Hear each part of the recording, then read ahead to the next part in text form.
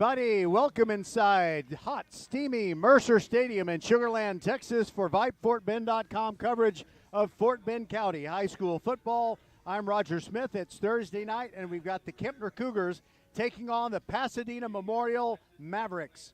Patrick Kinnick will be bringing you. Hold on a second. I didn't even realize that I was muted, so now I'm talking to you for real.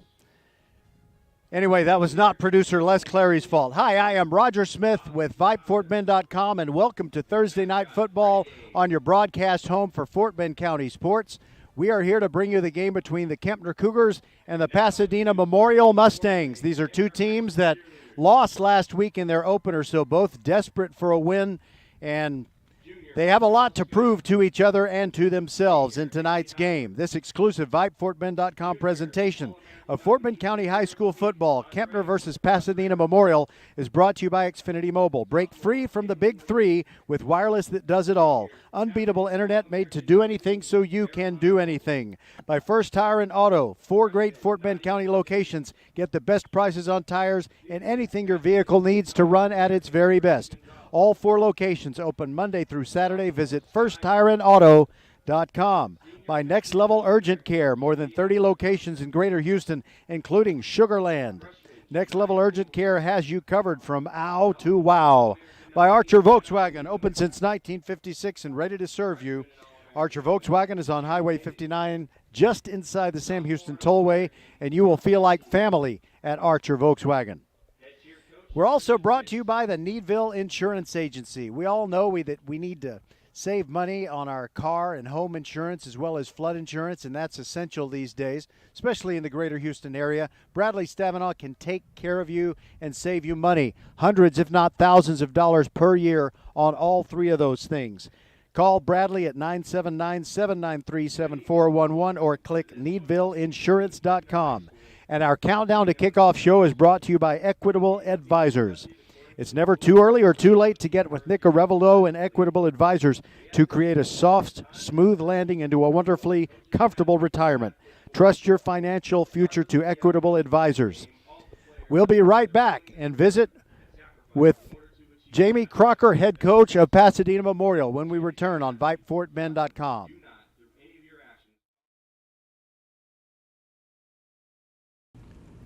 First Tire and Automotive has been putting your health and your car safety first for over 20 years. First Tire and Automotive stands for family, integrity, reliability, service, and trust. That's why Fort Bend families know take your vehicle to First Tire and Automotive first and forever. Check out the website for service and savings at firsttireandauto.com. Make your appointment today. With 4 great locations, Eldridge, First Colony, Greatwood, and now in Cinco Ranch, there's one around the corner from you. All 4 stores now open on Saturday. FirstTireandAuto.com. All right, everybody, this is the Equitable Advisors Countdown to Kickoff show, and tonight we have Pasadena Memorial taking on the Kempner Cougars. It's Kempner's home opener. Both of these teams lost last week, and we're with Jamie Crocker of the Mavericks. And Coach, what's the overall impression of how it went last week, and what can you do this week that you know if you do it better, you have a chance to win? I just think we have a young football team, a lot of juniors and some sophomores out there, and we're just trying to get better every week. And the goal is to just try to take one play at a time and try to perfect it and move forward. And so I think we've had a good week of practice, and I'm looking forward to hopefully our progression tonight into the second game. Okay, I won't have any chance to talk to anyone from Kempner about what you say in answer to this next question, but when it comes to the balance of run and pass, and that's not something every team wants to have 50-50, but do you tend to have a greater frequency of passing the football or running it? Which one is your team best at doing? I think we're pretty balanced. We try to stay 50-50. We usually scout ourselves and try to stay on that. I think we're probably better at this juncture of running the football than we are pass. We're still working out some new receivers and some route concepts and stuff like that. And our quarterback and our receivers are still working on their relationships together. But I would say that we're fairly balanced offense. We're talking with Jamie Crocker of Pasadena Memorial, and I just met you. I don't know if maybe we'll become friends as time goes by, but at one point, if we are friends, we might say, let's take a steam. Well, we're already taking one here. I mean, I don't know what the relative humidity is. I know it can't be over 100%, but it seems like it is. Any problems with that? Dry heaves, whatever? No, it feels like this summer we had 25 days over 100, and I think the good Lord's making up for it the last week. We've had lightning delays for the last 2 weeks, and it's rained, and then we've been able to go outside. So I almost feel like we've been trained for this moment right here. I think all you do is just pray that your kids are hydrated enough that cramping doesn't kick in the middle of your game. Yes, and I certainly hope that no cramping and no lightning. Please, let's remember it's a school night. We all want to get back there nice and bright and early in the morning. Thanks very much, Coach Crocker. Thank you very much. All right, we will continue, and we'll be back with the new head coach of the Kempner Cougars. That's Troy DeGar. We'll continue on the Equitable Advisors Countdown to Kickoff show right after this. Archer Volkswagen showroom is open, and our team's excited to help you. Visit our sales department Monday through Saturday from 9 a.m. to 9 p.m. Or bring your car in for service from 7 a.m. to 7 p.m. Monday through Friday, and Saturdays from 9 a.m. to 2 p.m. We're closed on Sundays to rest and recharge with our families, so we can serve you well through the week. We hope to see you soon. Okay, everybody, just a little bridge in the middle of the Equitable Advisors Countdown to Kickoff show. It's time to meet our officiating crew and tell you a couple of things that are just going to amaze you.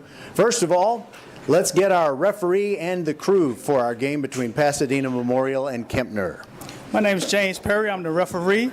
At umpire is Jacob Williams. Our head linesman is Wynn Lane. Our line judge is Cody Robinson. Field judge is Frank Cox. Our side judge is Riley Simmons. Our back judge is James Burkhalter.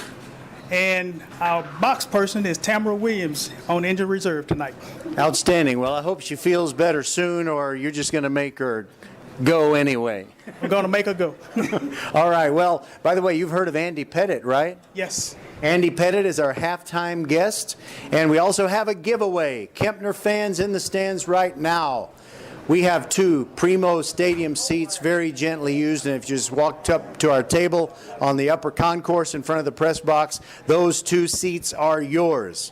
We'll be back, and we'll talk with Troy DeGar of Kempner right after this. Hey, Becky, what about this beat for your next song? It's cool, but I'm into faster stuff lately, like Xfinity that gives me beyond gig speeds. Got it. What about this then?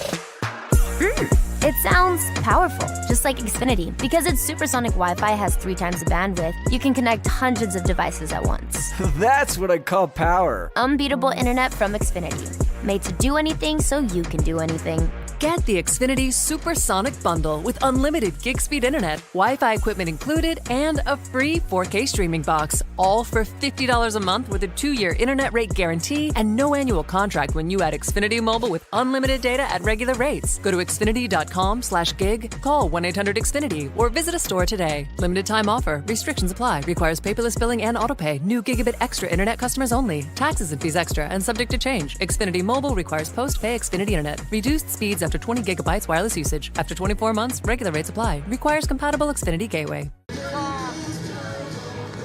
Welcome back to the Equitable Advisors Countdown to Kickoff show, and here we are, Troy DeGar, about to kick off his home opener with the Kempner Cougars. Coach, it's great to talk to you. And what was the week of practice like? Did you get in as many workouts as you wanted? Definitely did not get in as many workouts as we wanted. The weather was very uncooperative, but I tell you what, these young men, they persevered. They weathered the adversity, no pun intended there. But we got in what we could get in, and we did a lot of mental and film reps, and when we had opportunity to go out, we got out and we thumped around a little bit. By the way, did you get a chance to talk to Coach Crocker, and did he have some of the similar problems and maybe doing more prep in the classroom than out on the field because of rain? Well, I think that's a gentleman's deal, so, nobody wanted to let on how much preparation they were getting or not. So we did talk, but we didn't talk about those aspects. But I look forward to the contest tonight. All right, and this is a non-district contest. You're getting ready for the games that really count, but I know you want to get the victory. what are the things that stand out that you have to do better than you did last week against Santa Fe? I tell you what, last week was the first time that we got some real action in due to weather as well. Scrimmage got cut short to about 30 plays, so we had an opportunity to get in a full game against an opponent. So there were some encouraging things. We need to minimize the mistakes and the silly penalties and things like that. Execute on a higher clip. And, I think if we do those things, you're definitely going to see a better team this week than you saw the last week. Coach LaFavors over at Ridge Point said that it was almost like you're going into a very important fight in boxing, but you only got to spar for about 10 minutes. So you weren't really, we meaning all of Fort Bend ISD, just not as accustomed as we usually are to getting ready to take a punch, right? I think that's a great description of what it was. But we're not going to make any excuses. We're going to jump back in the ring for round 2, and we're going to do what we do. And finally, Coach Troy DeGar, one more thing. If you can name someone that really came out and played better than you perhaps expected he would, either an individual or a unit on your team from last week.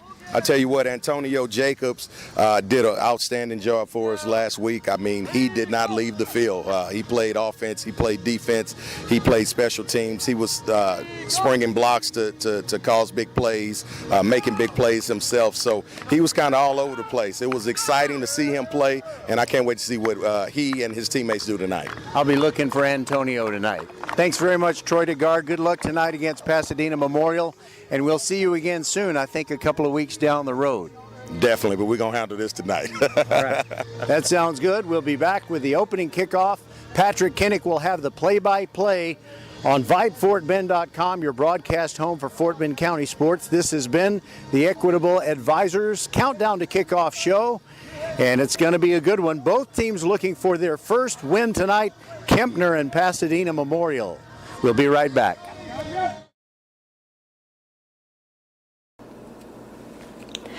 Next Level Urgent Care supports Fort Bend County sports and supports you whenever you're hurting.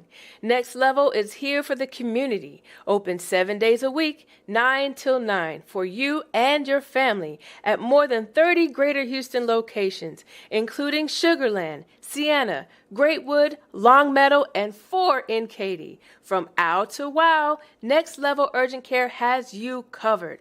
And if you're short on time, Next Level has an app to get you in line right away. Just text NLUC APP to 313131 for Next Level Urgent Care. You are the master of the multitask, the champion of making it happen.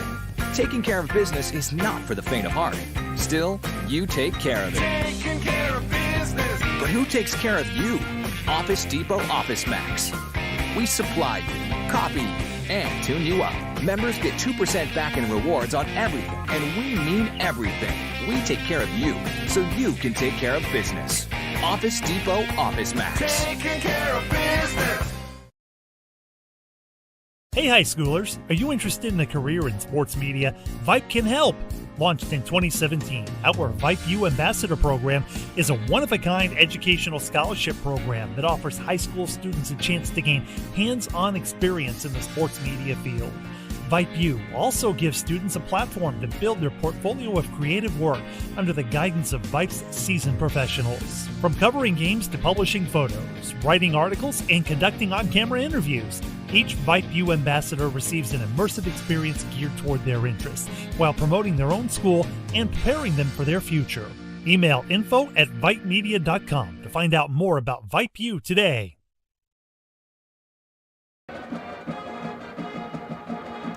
Welcome back, everybody. Both teams are on the field, but before we get this game started, we want to tell you that Equitable Advisors, financial professionals, know the path to a fulfilling future begins with getting to know who you are and what matters to you most. They work with people as individuals. That's how they deliver on their mission, just like Nick Arevalo, CFP. Talk to your local Equitable Advisor financial professional or visit nickarevalo.com. That's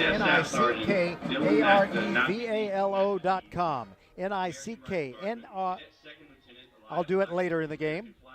Together, you and my friend Nick Arevalo can plan a future that reflects all of who you are. Equitable Advisors, LLC, New York, member FINRA, SIPC. We'll be right back.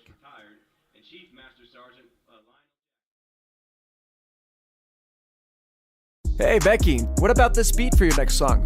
It's cool, but I'm into faster stuff lately. Like Xfinity that gives me beyond gig speeds. Got it. What about this then? It sounds powerful, just like Xfinity. Because its supersonic Wi-Fi has 3 times the bandwidth, you can connect hundreds of devices at once. That's what I call power. Unbeatable internet from Xfinity. Made to do anything so you can do anything. Get the Xfinity Supersonic Bundle with unlimited gig speed internet, Wi-Fi equipment included, and a free 4K streaming box, all for $50 a month with a 2-year internet rate guarantee and no annual contract when you add Xfinity Mobile with unlimited data at regular rates. Go to xfinity.com/gig, call 1-800-XFINITY, or visit a store today. Limited time offer. Restrictions apply. Requires paperless billing and autopay. New Gigabit Extra internet customers only. Taxes and fees extra and subject to change. Xfinity Mobile requires post-pay Xfinity internet. Reduced speeds after 20 gigabytes wireless usage. After 24 months, regular rates apply. Requires compatible Xfinity gateway. Archer Volkswagen showroom is open, and our team's excited to help you. Visit our sales department Monday through Saturday from 9 a.m. to 9 p.m. Or bring your car in for service from 7 a.m. to 7 p.m. Monday through Friday, and Saturdays from 9 a.m. to 2 p.m. We're closed on Sundays to rest and recharge with our families, so we can serve you well through the week. We hope to see you soon.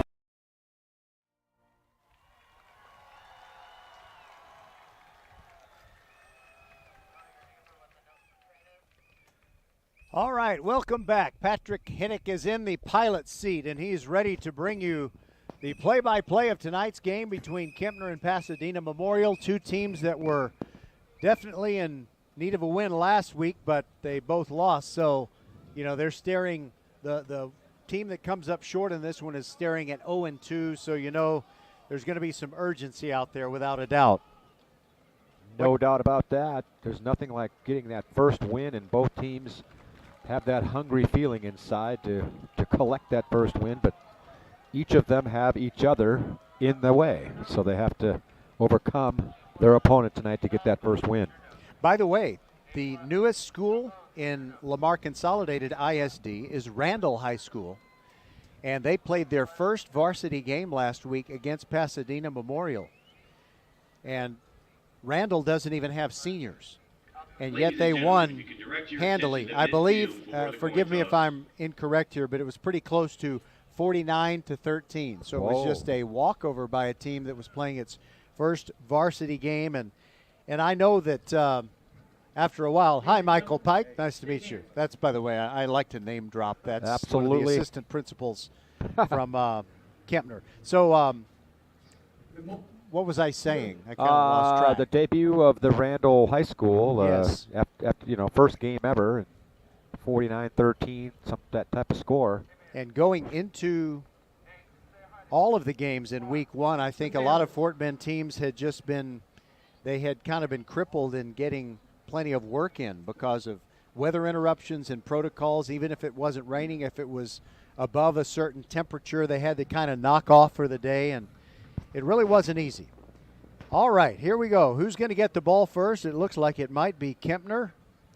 Pasadena Memorial has won the toss and is elected to defer.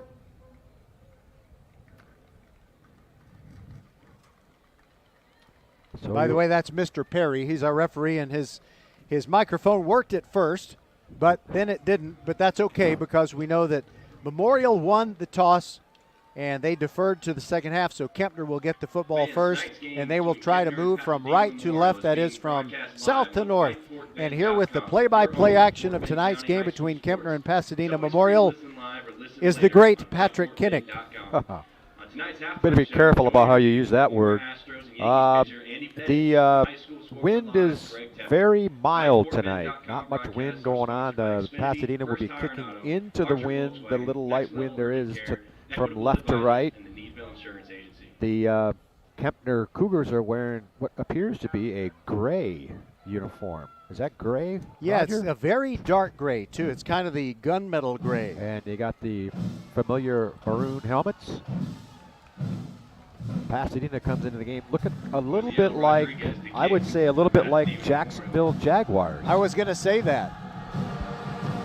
And They do have a black helmet as well. Big numbers on their jerseys as well. Kind of is that like a teal blue there, Roger? I would call it a teal, yes. Here's the kick. A short pop-up. It's going to hit the turf. It's anybody's ball, but it rolls out of bounds. Fortunately for the Cougars, because Pasadena Mavericks could have scooped that one up and held it for possession there. That kick was by Rodriguez. Aziel Rodriguez made a nice kick. It found some green turf. Unfortunately for him, it rolled toward the sideline. And fortunately for the Cougars, as they get possession of the ball, looks like it's going to be pretty good field position at the 44-yard line. 1st and 10 from their own 44. Good starting field position for the Cougars. As Roger said, both teams looking for that first win. And it would be a great start for the Cougars to just stamp something home early with a good drive. And by the way, they were really lucky. Rule number 1 on a really high pop-up kick is you just make sure you catch it, and you can fair catch it if you want. Here's the snap. And a shotgun man is totally offside there. One of the Mavericks just jumped the gun there, and he was in the backfield before the ball even got there. But apparently somebody moved. By the way, Patrick, I need to tell you this because you and I were discussing it beforehand, and you were saying who's. You looked at Corbin Evers' name on the roster and said, didn't he play quarterback last year? Right. And you asked me who's going to play this year.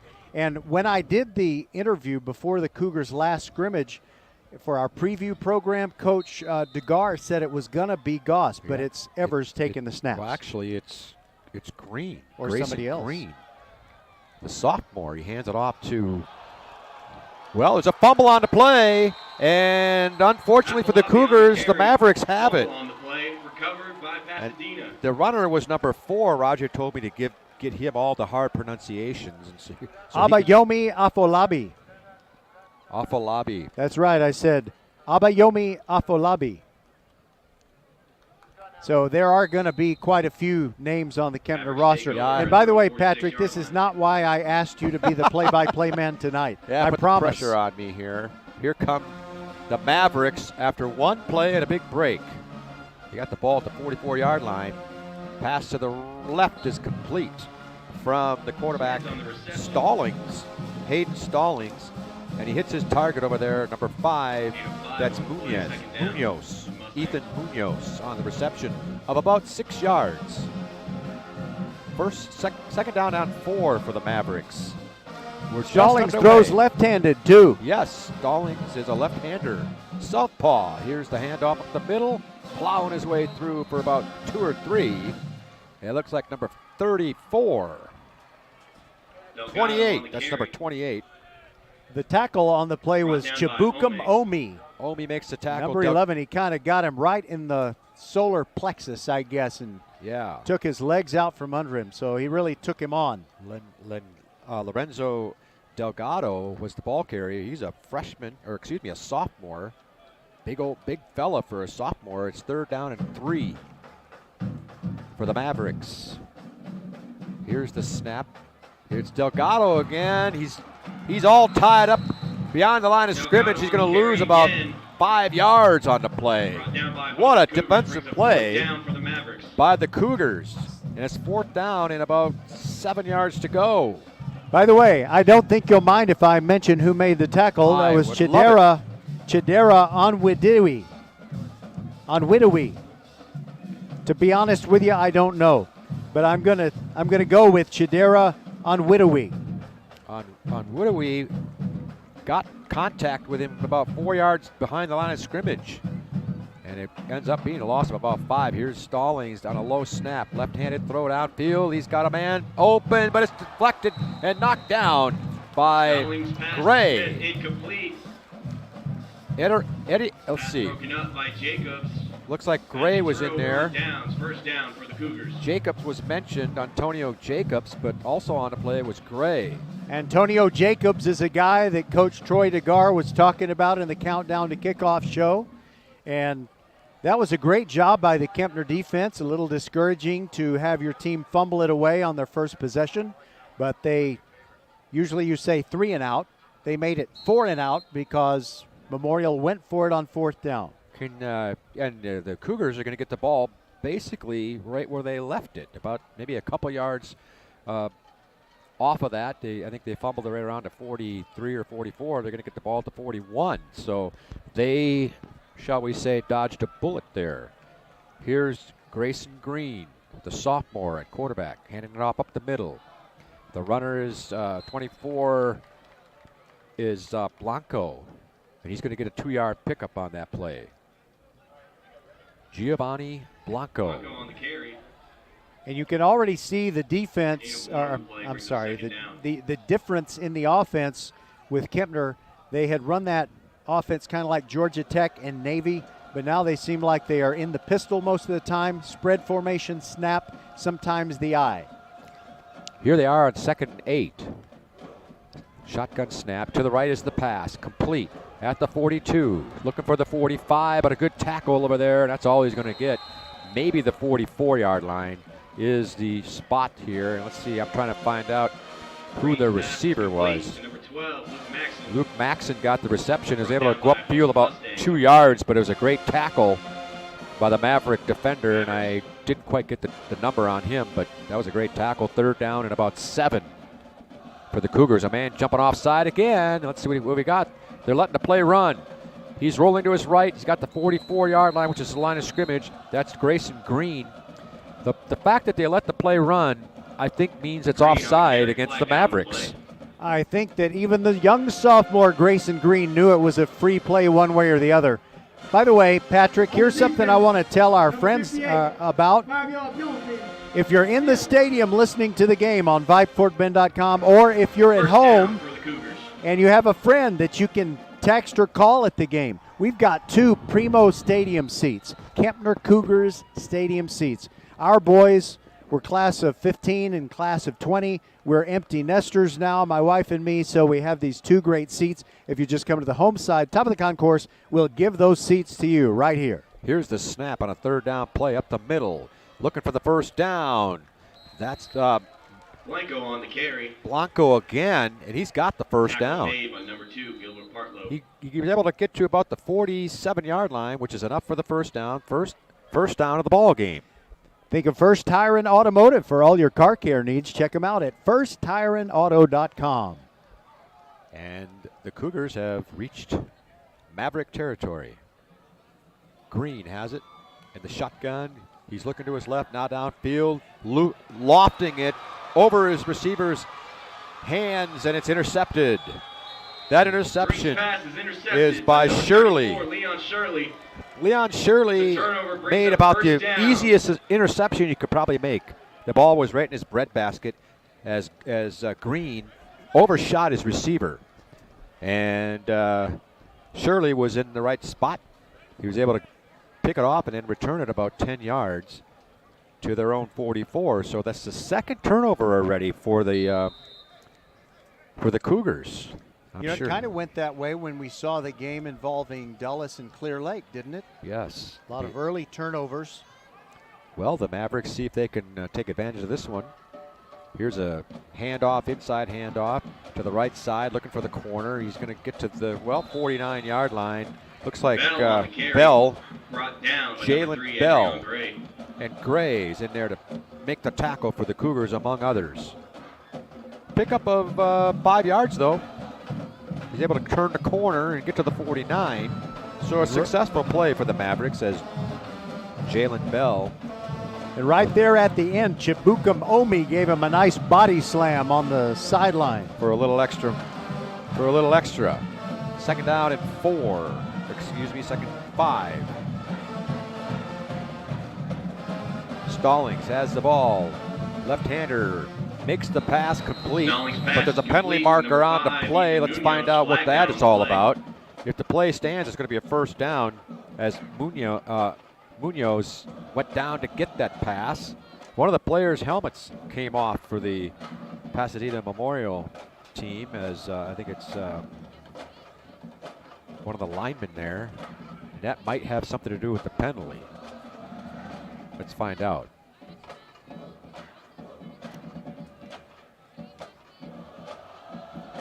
Well, we're waiting. Waiting for Mr. Perry. Foul, number 64. Personal foul against the Cougars. Yeah, they got Chidera on Widowy. Not sure what he actually did there, but it might have had something to do with pulling off that helmet. You know, the mic kind of kicked on while he was in the middle of saying personal foul. Right, I heard right. personal foul, so Right. I'm And, pretty sure that was it. Interestingly enough, last week the mic worked very well, so I'm not sure what's going on tonight. It's kind of cutting in and out. I'm talking about the referee microphone. Hopefully they can get that squared away, but it looks like it's going to be a first down for the Mavericks. I think it would be marked off from the end of the play, but I'm waiting for it here to see. They're marking it right at the spot of the reception. Does that mean they declined it? Wouldn't you march that off, Roger? I would definitely march it off. I think they're about to here. Now they got it picked up again, but if you... Now maybe they're gonna mark it from the line of scrimmage. Wait Let's a minute, see. maybe they misspoke. Now they and the personal foul was actually maybe it was against offsetting. someone on maybe it was offsetting. I don't know. We're confused because they pointed to the Cougars. Maybe it was offsetting. That's the only thing we can think of because it's still second down and 4 yards to go. The play was nullified, and no penalty yardage was marked off. Second down and 4. We'll go from there and see what we can do. Here's the fake handoff. Stallings, left-hander again, overshoots his receiver, Munoz. Munoz was open, but he overshot him by 6 inches or so. And that shows he's got a good arm because that was a deep out. The ball was on the right hash mark to start the play, and he threw it to Munoz, who was standing within 4 or 5 feet of the sideline, and still overthrew him. So he's got a good arm. It's a long throw it would have been a gain of about 5 yards, but like you said, he overthrew him. And it's third down and 4 now for the Mavericks. Stallings has a shotgun snap. He's got his man open this time, and it's completed inside the 40 to the 35-yard line. That's, let's see, that would be Ibarra. Christian Ibarra makes the catch. And it looks like the Cougars secondary is kind of playing a soft zone, and the Memorial receivers are having no trouble finding a little open green space and turning around and looking back for the ball. They're not running any sophisticated patterns. They're just finding the soft spot and curling up in there. Stallings again in the shotgun, man in motion, fake inside handoff, across the middle, got a man open, and it's complete inside the 25-yard line to Partlow. Let's see, do I have it right? No, it's number 6. That is Michael Smith. Michael Smith with the catch, the senior receiver. Now the Pasadena Mavericks are kind of in a little bit of a groove here. Inside the 25-yard line. And first and 10, Mavericks. 6.5 minutes to play here in the first quarter, and there's no score yet between the Cougars and the Mavericks. Inside handoff, fake. He's being rushed. Stallings throws it downfield. The man's knocked down, but it was not really knocked down. It was kind of a slip on both the receiver and the cornerback kind of slipped down because the pass was underthrown. That was 4 on 4. Afolabi, number 4 for the Cougars, was defending, and Jalen Bell was the intended receiver. So it was almost intercepted. Afolabi almost was able to corral that, but it was underthrown so much he couldn't quite tuck it in. Second down and 10, I'm sorry. Brand new field turf here at Mercer. Good shape. There you go. Stallings again in the shotgun. Makes a handoff. Passing. Got a man open at the 5. Inside the 5 goes Jalen Bell. Jalen Bell brings a first and goal. Jalen Bell was open on a slant, and Stallings hit him on the run, and he was inside the 10 when he caught it, and then he was able to run for a few more to the 2-yard line. First and goal, Mavericks. As soon as they got that first and goal, I saw a bunch of big fellas come off the bench. Looks like you got their jumbo package. Perhaps. I think they've made about, 5 or 6 passes in a row here. They haven't even run the ball. I wonder if they'll do it here. Stallings is under center this time. Got a powerhouse backfield. Hands it off to Bell, and he is tackled. Bell on the carry. short of the end zone and right at the line of scrimmage, no gain.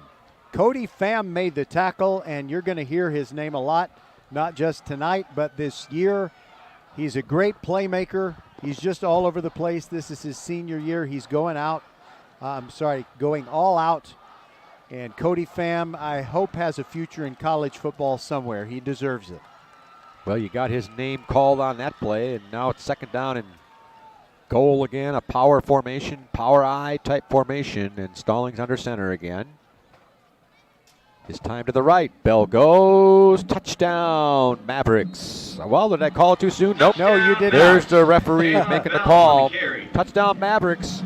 No, you didn't call it too soon at all. I saw a man in the middle of a scrum of bodies. I knew the football was in there somewhere. You were right on top of it. I was looking for the signal too, and I didn't see it, but then I saw it. And touchdown, Mavericks, and we're going to have an extra point.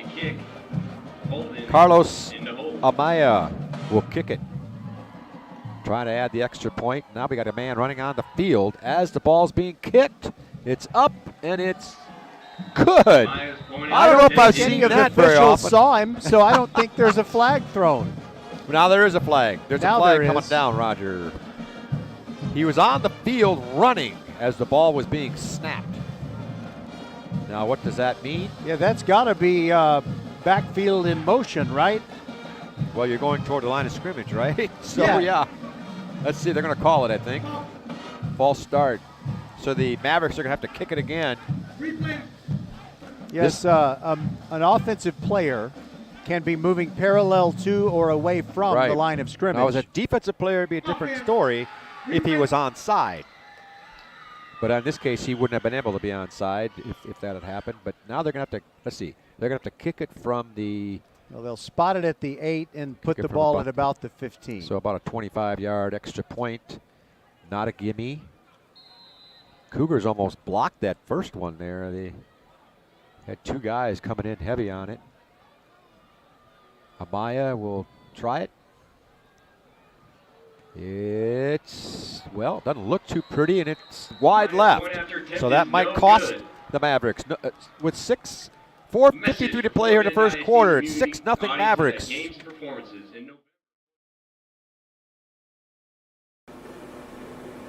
Hello fans, this is Bradley Stavanaugh with Needville Insurance. We know Fort Bend County. I'm a 4th generation resident of Fort Bend. I'm your local, hometown, trusted agent. With over 30 carriers and 9 auto insurance carriers, we shop the insurance for you. We know insurance is hard. We know it's complicated. We make it easy for you. We have Spanish speakers here available for you. Call us at 979-793-7411 or needvilleinsurance.com. Once again, call us 979-793-7411. First Tire and Automotive has been putting your health and your car safety first for over 20 years. First Tire and Automotive stands for family, integrity, reliability, service, and trust. That's why Fort Bend families know. Take your vehicle to First Tire and Automotive first and forever. Check out the website for service and savings at firsttireandauto.com. Make your appointment today. With 4 great locations, Eldridge, First Colony, Greatwood, and now in Cinco Ranch, there is one around the corner from you. All 4 stores now open on Saturday. FirstTireandAuto.com. Go.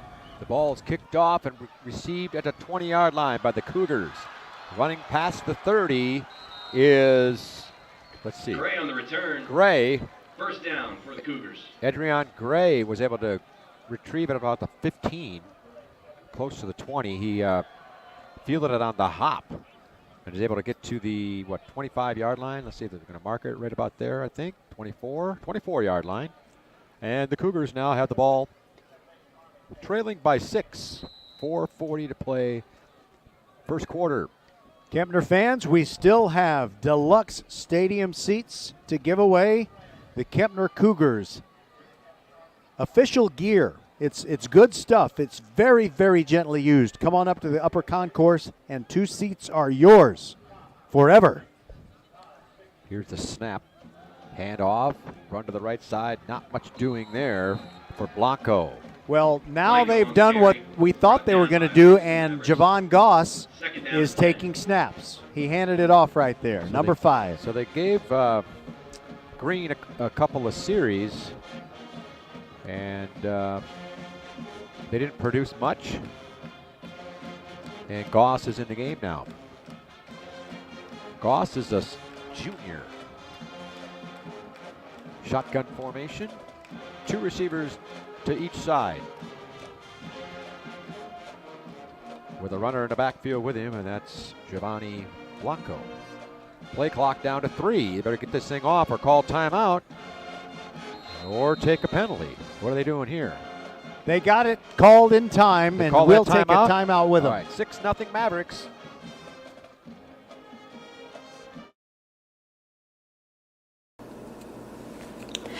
Next Level Urgent Care supports Fort Bend County sports and supports you whenever you're hurting. Next Level is here for the community, open 7 days a week, 9 till 9, for you and your family at more than 30 Greater Houston locations, including Sugar Land, Sienna, Greatwood, Long Meadow, and 4 in Katy. From ow to wow, Next Level Urgent Care has you covered.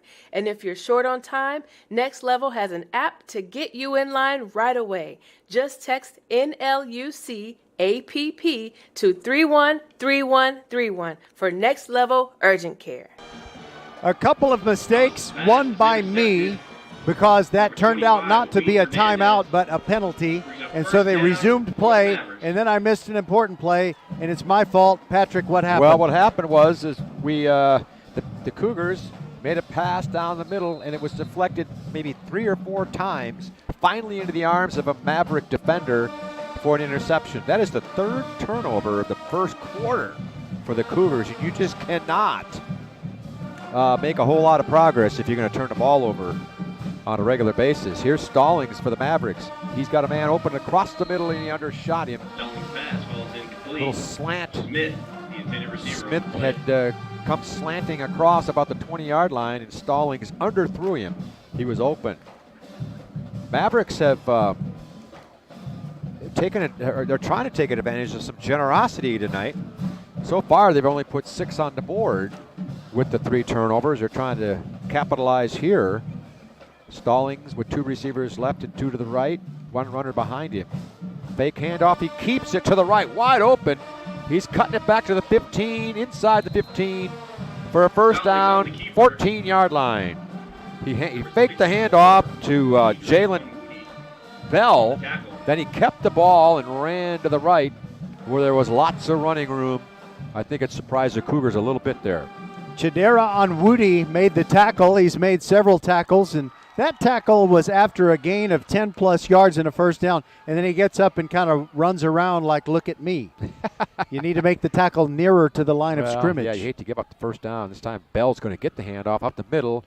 Not finding a whole lot of room there, but he's still on his feet. He's still on his feet. Now he's off to the left. He's going to score a touchdown. I don't think I've ever seen anything like that before. He was literally stopped inside. Somebody had his jersey and kind of flung him back, and he kept his balance. It was Onwudi, and he threw him at least 7 yards that he was stumbling backwards away from the line of scrimmage, but he never went down. He kept running, and here we go. It is 12-0. And here's a 2-point conversion, a little, what do you call that, swinging gate? Swinging gate. And they were unable to convert on it. And the gate fell off the hinges. But Onwudi was there to, I think he's angry right now. Oh, that was a crazy play. He tackled the quarterback, and that's that. So the Mavericks have 12 points on the board. We're taking a break, Roger? Yes. Break here with 2:45 in the first quarter, 12-0 Mavericks. Hey, Becky, what about this beat for your next song? It's cool, but I'm into faster stuff lately, like Xfinity that gives me beyond gig speeds. Got it. What about this then? It sounds powerful, just like Xfinity. Because its supersonic Wi-Fi has 3 times the bandwidth, you can connect hundreds of devices at once. That's what I call power. Unbeatable internet from Xfinity. Made to do anything so you can do anything. Get the Xfinity Supersonic Bundle with unlimited gig speed internet, Wi-Fi equipment included, and a free 4K streaming box, all for $50 a month with a 2-year internet rate guarantee and no annual contract when you add Xfinity Mobile with unlimited data at regular rates. Go to xfinity.com/gig, call 1-800-XFINITY, or visit a store today. Limited time offer. Restrictions apply. Requires paperless billing and autopay. New Gigabit Extra internet customers only. Taxes and fees extra and subject to change. Xfinity Mobile requires post-pay Xfinity internet. Reduced speeds after 20 gigabytes wireless usage. After 24 months, regular rates apply. Requires compatible Xfinity gateway. Well, we're ready for the kickoff from Rodriguez of the Mavericks. Pops it up to the 30-yard line. Caught by the Cougars at the 30, and he's still on his feet for about a 12-yard gain. Afalabi on the return. Afalabi. No fair catch there. Brought down by And he's able to go about 12 yards.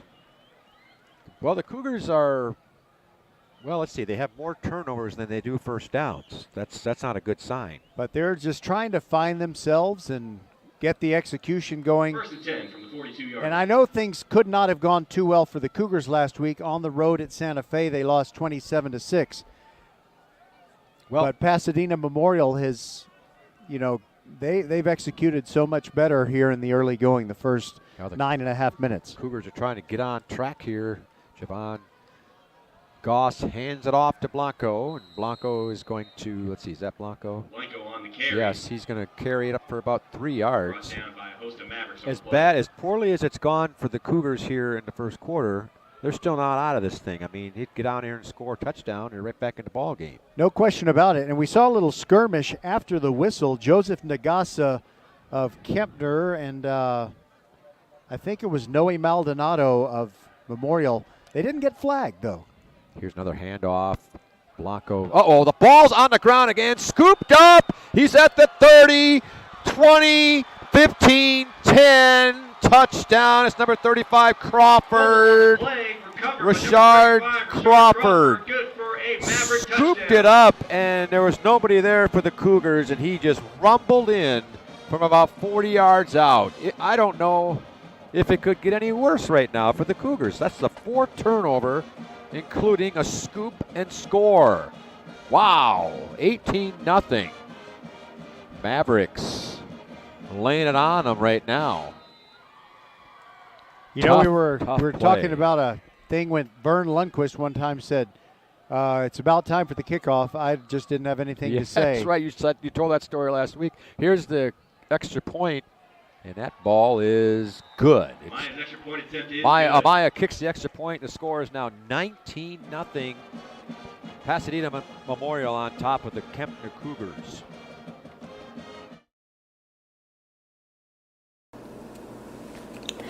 Next Level Urgent Care supports Fort Bend County sports and supports you whenever you're hurting. Next Level is here for the community, open 7 days a week, 9 till 9, for you and your family at more than 30 Greater Houston locations, including Sugar Land, Sienna, Greatwood, Longmeadow, and 4 in Katy. From ow to wow, Next Level Urgent Care has you covered. And if you're short on time, Next Level has an app to get you in line right away. Just text NLUC APP to 313131 for Next Level Urgent Care. Hello fans, this is Bradley Stavanaugh with Needville Insurance. We know Fort Bend County. I'm a 4th generation resident of Fort Bend. I'm your local, hometown, trusted agent. With over 30 carriers and 9 auto insurance carriers, we shop the insurance for you. We know insurance is hard. We know it's complicated. We make it easy for you. We have Spanish speakers here available for you. Call us at 979-793-7411 or needvilleinsurance.com. Once again, call us 979-793-7411.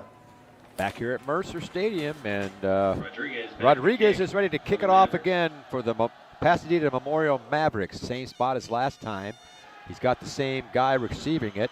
It's Afalabi, and he's still running. And he's about the same spot he was last time when he returned it, right around the 40-yard line.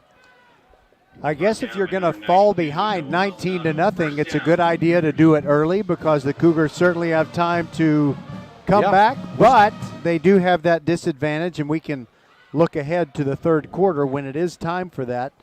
The Mavericks will get the ball first. That's right. The Cougars, I believe they've had the ball 4 times, and they've turned it over 4 times. I think that's they haven't punted, so they've turned it over each time they've had the ball. Look, they put on Woody in the backfield as a lead blocking back. Here's Goss with the with the snap. Oh my goodness, a handoff and a hello from Epps. Everett Epps. Brought down by number 8, Everett Epps. Said hello to the running back there. And by the way, Woody was doing his job, but the tackler came behind Woody and had a clean shot at the Kempner running back. And I didn't, honestly. Was that Blanco? I'm not sure who it was because I was so wanting to see who the guy who made the tackle, and I didn't realize who even had the ball for the Cougars for a 1-yard loss. Well, he basically blew up the running back, so it's kind of hard to identify who had it. Here's another handoff. Blanco trying to find some room, and he's going to get back to the original line of scrimmage. It'll be 3rd down and 10. Nothing working for the Cougars right now. Yeah, the running game's not working, so I'm thinking they're going to have to put the ball in the air. And I'm sure they're capable of a better throwing game than we've seen so far. 3 receivers to the right here. And here's Goss waiting for the snap with Blanco to his left. And now a penalty marker. Is it a delay? Let's see. It might be a delay here. Oh, it looks like an offensive penalty, or was there a timeout? Let's see here. Get the clarification. 26 seconds remaining here in the first quarter. It's 19-0. Pasadena Memorial laying the wood to the Kempner Cougars so far. Here's Mr. Perry. Here's the call. Timeout. Kempner called before the snap. Right. That time is granted. Say they got a timeout before the delay of game. It's 19-0. We'll take a short break.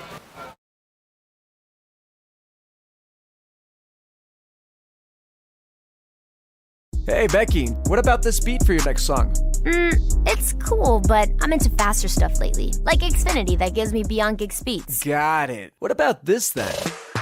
It sounds powerful, just like Xfinity. Because its supersonic Wi-Fi has 3 times the bandwidth, you can connect hundreds of devices at once. That's what I call power. Unbeatable internet from Xfinity. Made to do anything so you can do anything. Get the Xfinity Supersonic Bundle with unlimited gig speed internet, Wi-Fi equipment included, and a free 4K streaming box. All for $50 a month with a 2-year internet rate guarantee and no annual contract when you add Xfinity Mobile with unlimited data at regular rates. Go to Xfinity.com/gig, call 1-800-XFINITY, or visit a store today. Limited time offer. Restrictions apply. Requires paperless billing and autopay. New Gigabit Extra internet customers only. Taxes and fees extra and subject to change. Xfinity Mobile requires post-pay Xfinity internet. Reduced speeds after 20 gigabytes wireless usage. After 24 months, regular rates apply. Requires compatible Xfinity gateway. 4th down. Back at Mercer Stadium, we had a third down and 10 play. It was incomplete from Goss to Jacobs. They were trying to set up kind of like a little screen type play. Number 16, Corbin Evers in to punt for the Cougars. And this would be the first punt of the ball game. And with 21 seconds to play here in the first quarter. By the way, Patrick, I don't like to make excuses, but you remember when we did a game where Rich Point went to CE King 2 seasons ago, and Rick Lefever's first season? I feel like I remember that game. Yeah, it was. They didn't play well at all, and Coach Lefevers would not make excuses, but there was a reason, and there's a flag, and it's going to give me a chance to explain what I mean. Delay a game again, I think. Well, Coach Lefevers kind of got the job to be the new Ridge Point head coach, and it was during the COVID spring of 2020. He never really got a chance to meet his players until August. And so the first couple of games, Ridge Point was pretty ragged there. And so you look at Troy DeGar. By the way, Darren Andrus, former Cougars head coach, is now an assistant at Manville. And DeGar didn't get this job till June, so he didn't get to meet his players till this month. Here's the kick from Evers. To the right, fumbled, and now he's going to be overrun by the Cougars defender. Nice job. Smith on the return. Bam! Bam! Right down by number 10, Cody Pham. As, had it, dropped it, and when he picked it up, he was swarmed. I'm a Pham fan. You're a fan. Yes, That's but why think about too. I misspoke right before that punt. I said that he didn't meet his players till this month. He didn't meet his players till last month because now it's September, right? Yeah, but that's not much. And that, you know, it does take time to gel and kind of get used to things. Here are the Mavericks at the number 30. Stallings has been on the left side. He's got to complete the pass. Stallings pass complete. Of Number 5, 11 yards. Munoz. First down for the Mavericks. I think he got out of bounds, which stops the clock with 3.5 to play here in the first quarter. So far in the passing game for Pasadena Memorial is just easy pickings. They run a short route, 5 to 10 yards, turn around, and there's not a defender close. And taking what they give him. There you go. Stallings inside handoff. Bell working and weaving, and he's got about 6 yards. Number 4, Jalon Bell on the carry. Quarter. Mavericks lead. Brought down by number 11, 19-0. Shibuka Ome.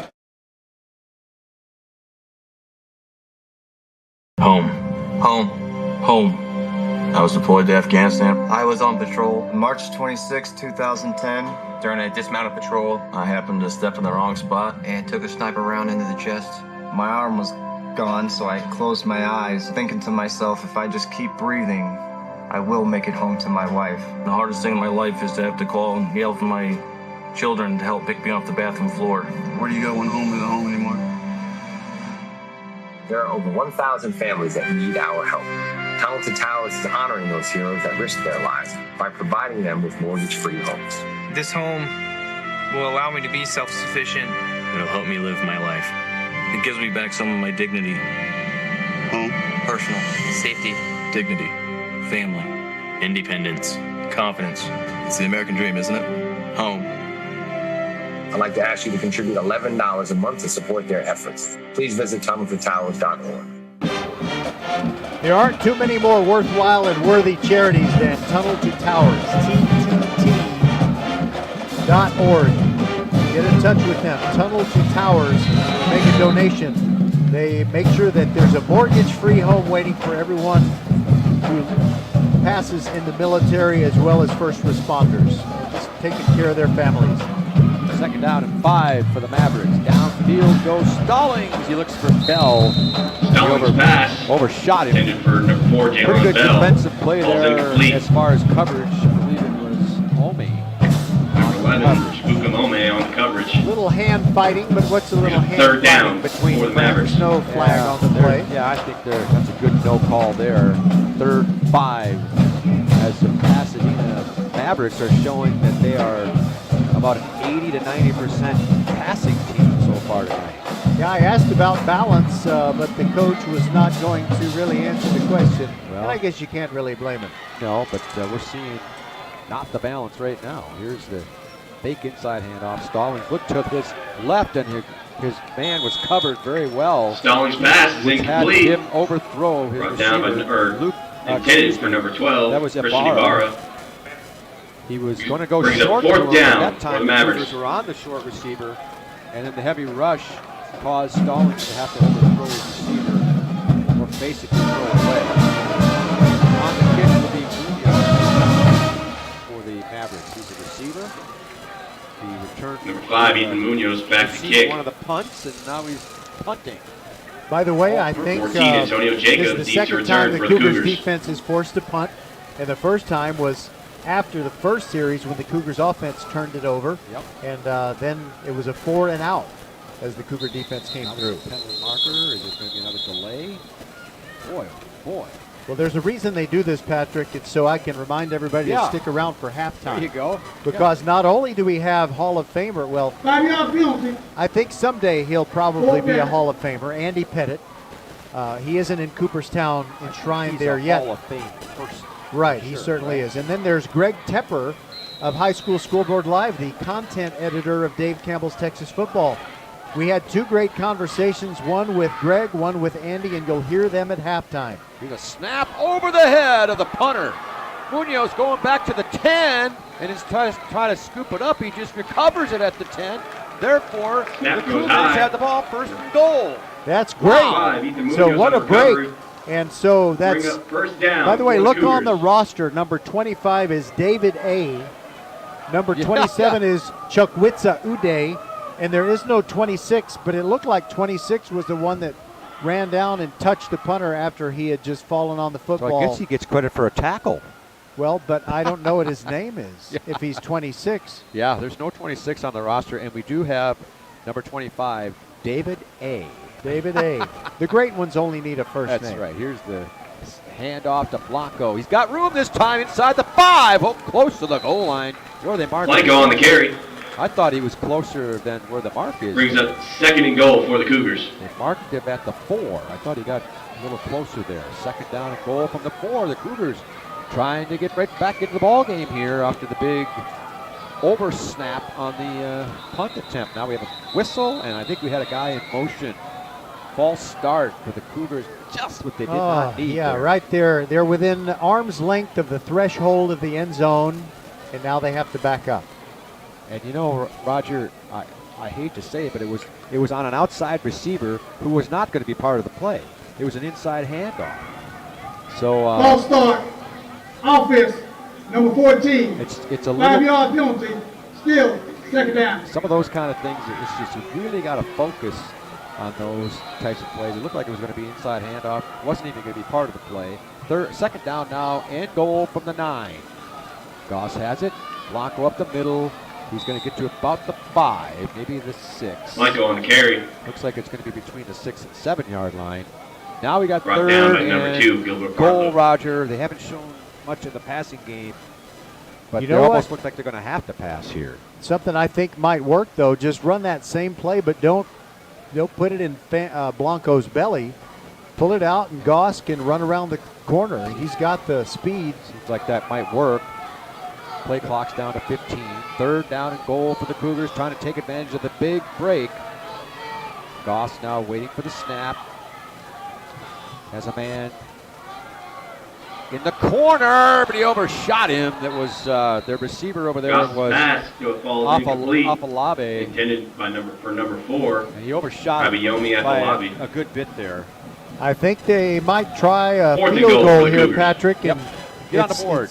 It's kind of in years past, Kempner has had kind of a questionable place kicking game, and if I can see that they have a guy out there who can make it happen, I'd be very happy to see that. And now I remember from my Hernandez. conversation during the preview show, Hernandez Steven Hernandez is the kicker, and he's not a kicker by trade. He's a lineman who happens to kick. Evers holding for it. Here's a snap. The kick is up. It looks good. It is. So Well, the Cougars are on the Hernandez's board. kick is Not good. what they wanted, but they got 3 anyway. It's 19-3 with 10 minutes to play in a half. Equitable Advisors. Financial professionals know the path to a fulfilling future begins with getting to know who you are and what matters to you most. At Equitable Advisors, they work with people as individuals, and that's how they deliver on their mission, just like my friend Nick Arevalo, CFP. Talk to your local Equitable Advisor financial professional or visit nickarevalo.com. That's NICKAREVALO.com. Together, you and my friend Nick can plan a future that reflects all of who you are. Equitable Advisors, LLC, New York, New York, member FINRA SIPC. Archer Volkswagen showroom is open, and our team's excited to help you. Visit our sales department Monday through Saturday from 9 a.m. to 9 p.m.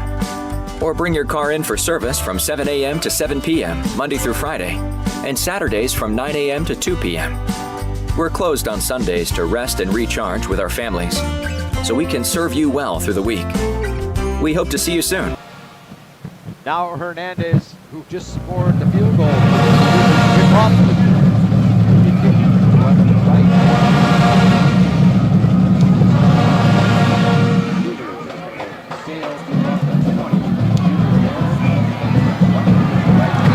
Smith on the return.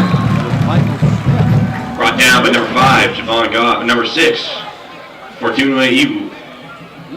1st and 10 for the Mavericks. Patrick and listeners, pardon me if we get an unpleasant noise, but it'll be brief.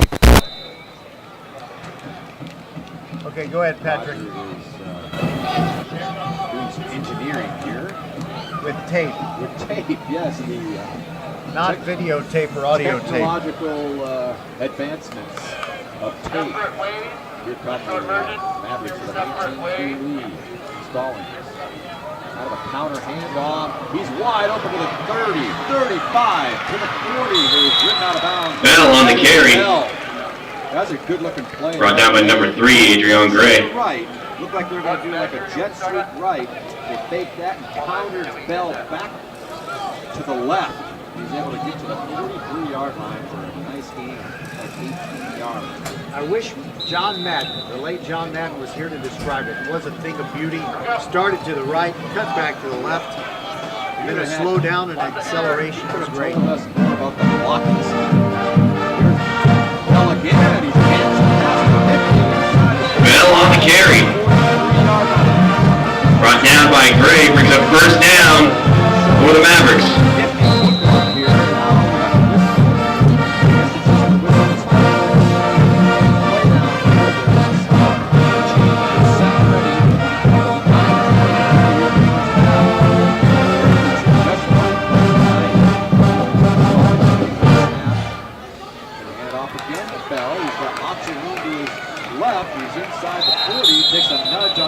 Bell once more on the carry. Shoved out of bounds by number 14, Antonio Jacobs. Far side. Could be offside against the Cougars, and let's see whether they take it or not. They might take it. Because it would be 1st and 5 rather than 2nd and 5. And 2 observations here. Number 1, the offensive line of Pasadena Memorial, now that I look at them, they're big. They're a bunch of big dudes, and they are Offside. It almost looks like now they've run 3 running plays in a row, but it almost looks as if they've set the run game up with the pass. And they're doing so well with the running game. Number 70 of the defense. Bell can just kind of run slowly until he sees the daylight open up, and then he can hit it in high gear. To figure out where he's going to go. Here's that pass now to the right side. He's going to be overshooting his receiver. Stallings' pass falls incomplete. That was Michael Smith down the Number 6, Michael Smith, the intended receiver on the play. Open, but overshot him by about a half a yard. 2nd down and 5, but I think a pretty good call there on 2nd and short. Yeah, you loosen them up. I guess right? Loosen them up with the defense that way. By the way, they had someone who was in early who wore number 28, Lorenzo Delgado. He looked kind of like Fred Taylor, who was a Jacksonville Jaguars back. Same uniforms essentially. Taylor was a big, tall guy and really tough to tackle. Cougars just called timeout. Right?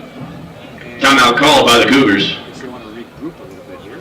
I think they and we need to regroup, so we'll take a commercial break and return. 8:59. Opponents are guests and should be treated accordingly by providing the best accommodations and tolerance at all times.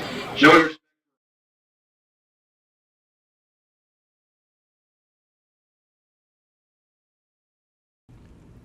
First Tire and Automotive has been putting your health and your car safety first for over 20 years. First Tire and Automotive stands for family, integrity, reliability, service, and trust. That's why Fort Bend families know take your vehicle to First Tire and Automotive first and forever.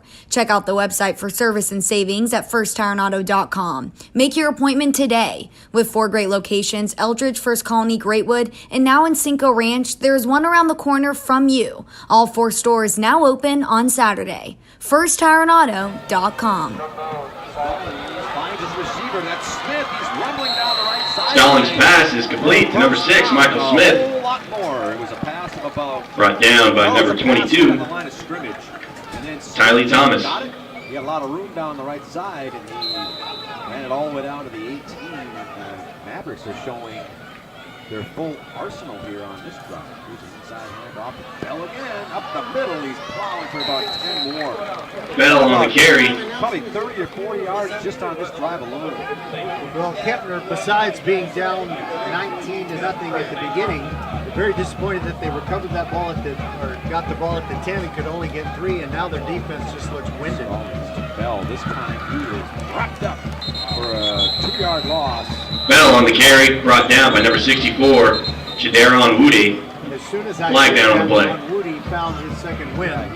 He got it in the backfield. Right at the handoff. And it's a loss of at least 2. Now, there's a substitution infraction, so no wonder somebody got in the backfield. There were 12 defenders on the field. Illegal participation on the defense. 5-yard penalty. What else could go wrong? First down. You make a good play, and then Kempner gets it first and goal from the 4 now. First and goal for the Mavericks. The Mavericks are answering 3 points from the Cougars in a big way here. Marching it down the field very smartly here. 3 receivers left, 2 to the right. Stallings in the backfield by itself. Bell in motion to the left. Stallings rolls left. Looking. He's got a man in the end zone. Stallings pass ball's incomplete. Intended for number 6, Michael Smith. By the way, Patrick, brings up second and goal. The Marshall Buffs are playing at Crosby tonight. 14-7, Crosby leads it with 1:28 left in the first quarter. That's a TV game. Let's see, Crosby's pretty good usually. Yeah, in fact, we saw Crosby eliminate Marshall a couple of seasons ago from the playoffs. That's a good game for Marshall early on. It's a good game for them to play, yes, for sure. Second goal now from the 4 for the Mavericks. Stallings has it inside handoff. Bell. He's not going to get anywhere. He's got the 4-yard line. That's it. Bell on the carry. Pushed it back again like met in the backfield by number 64, Jadaron Woody. The whistle had blown to indicate forward progress to stop. He actually lost a yard. Third and goal from the 5. The clock runs with 7:40 to play here in the first half. Pasadena Memorial Mavericks lead 19-3 over the Kempner Cougars.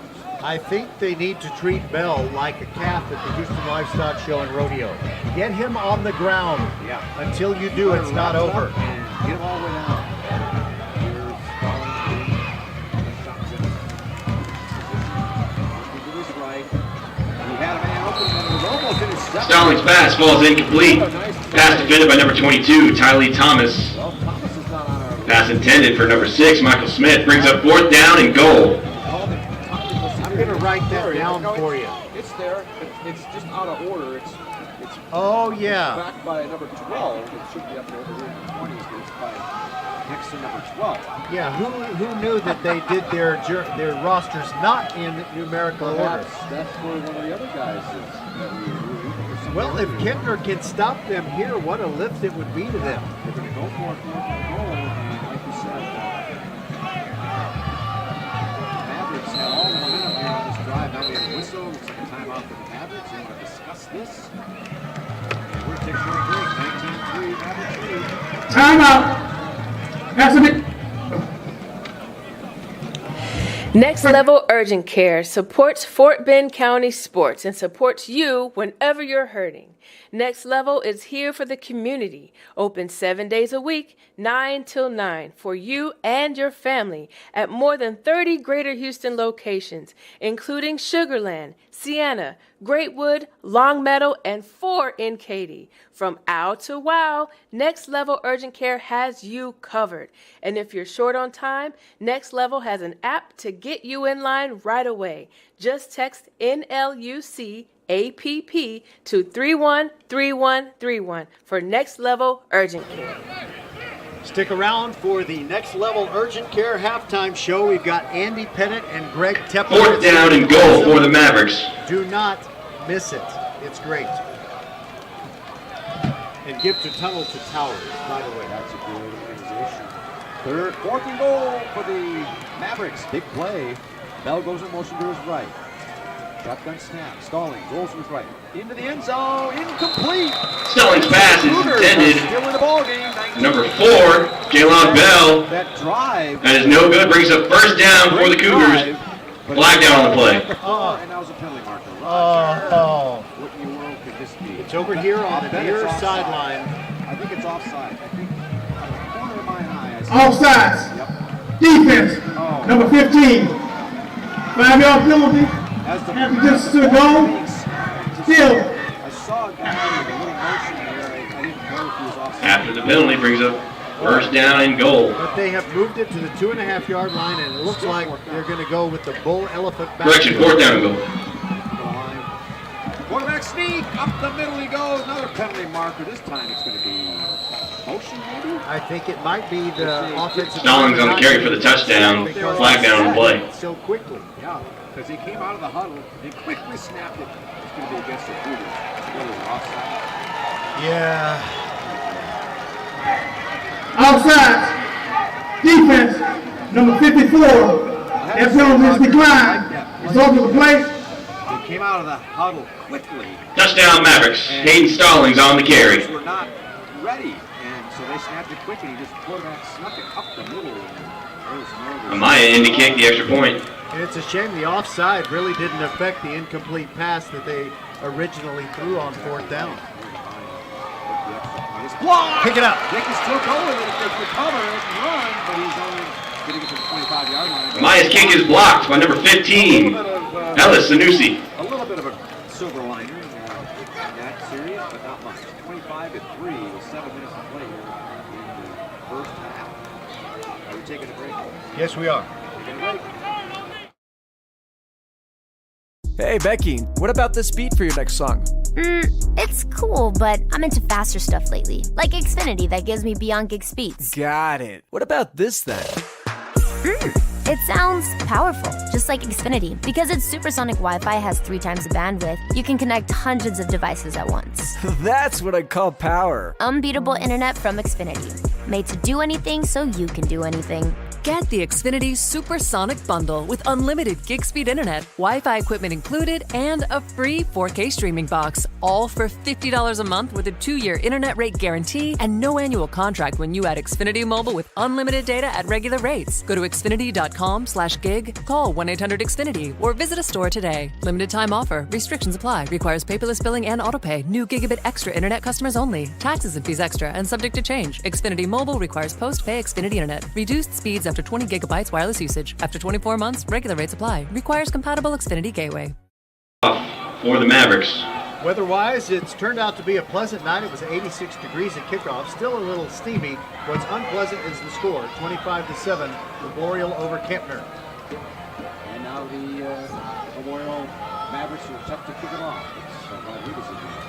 This time a little deeper, well, about the 20-yard line again. Received by Gray. He's running to the right to the 40, 45, all the way to the field. Gray on the return, brought down by number 7, Jamal Robinson. Gray received his 20 and was able to get about 30 yards on the receiving return. Nice job there. Brings up 1st and 10 from the 50-yard line for the Cougars. We won the play here in the first half of the Mavericks from Pasadena, but not the Memorial Mavericks. Have a comfortable 22-point lead. Well, the Cougar offense huddles over on the sideline before first down on this play. And let's see, we still have Goss in there at quarterback, and they still have a 3-receiver set on the left side. And they have a guy over here on the near side, Antonio Jacobs. He's a good athlete. I don't think they've thrown in his direction yet. A lot of talking at the line of scrimmage. He's touching on the play clock. He's just low. And Blanco did not even have it.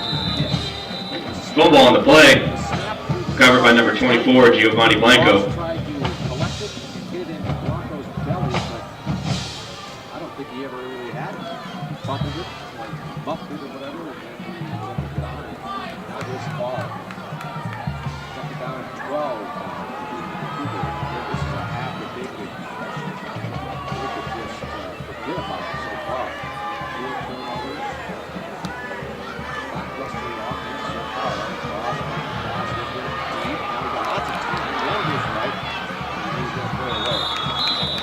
Goss's pass falls incomplete. You can't really do a better job. Number 16, Corbin Evers, the intended receiver on the play. 3rd down. As Goss kind of rolled to his right, I'll bet it was a good 8 seconds that he was running around looking for a receiver and nobody was open. He had to throw it out of bounds. So the offensive line did a good job. He had plenty of time. He really didn't have to go out of the pocket until the very end. 3rd and 12, 3 receivers left. One to the right again. One to the left field.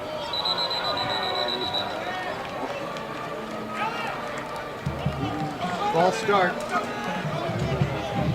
Attention on the opposing side. The lights are not allowed in the stands. I repeat, the lights are not allowed in the stands. Thank you.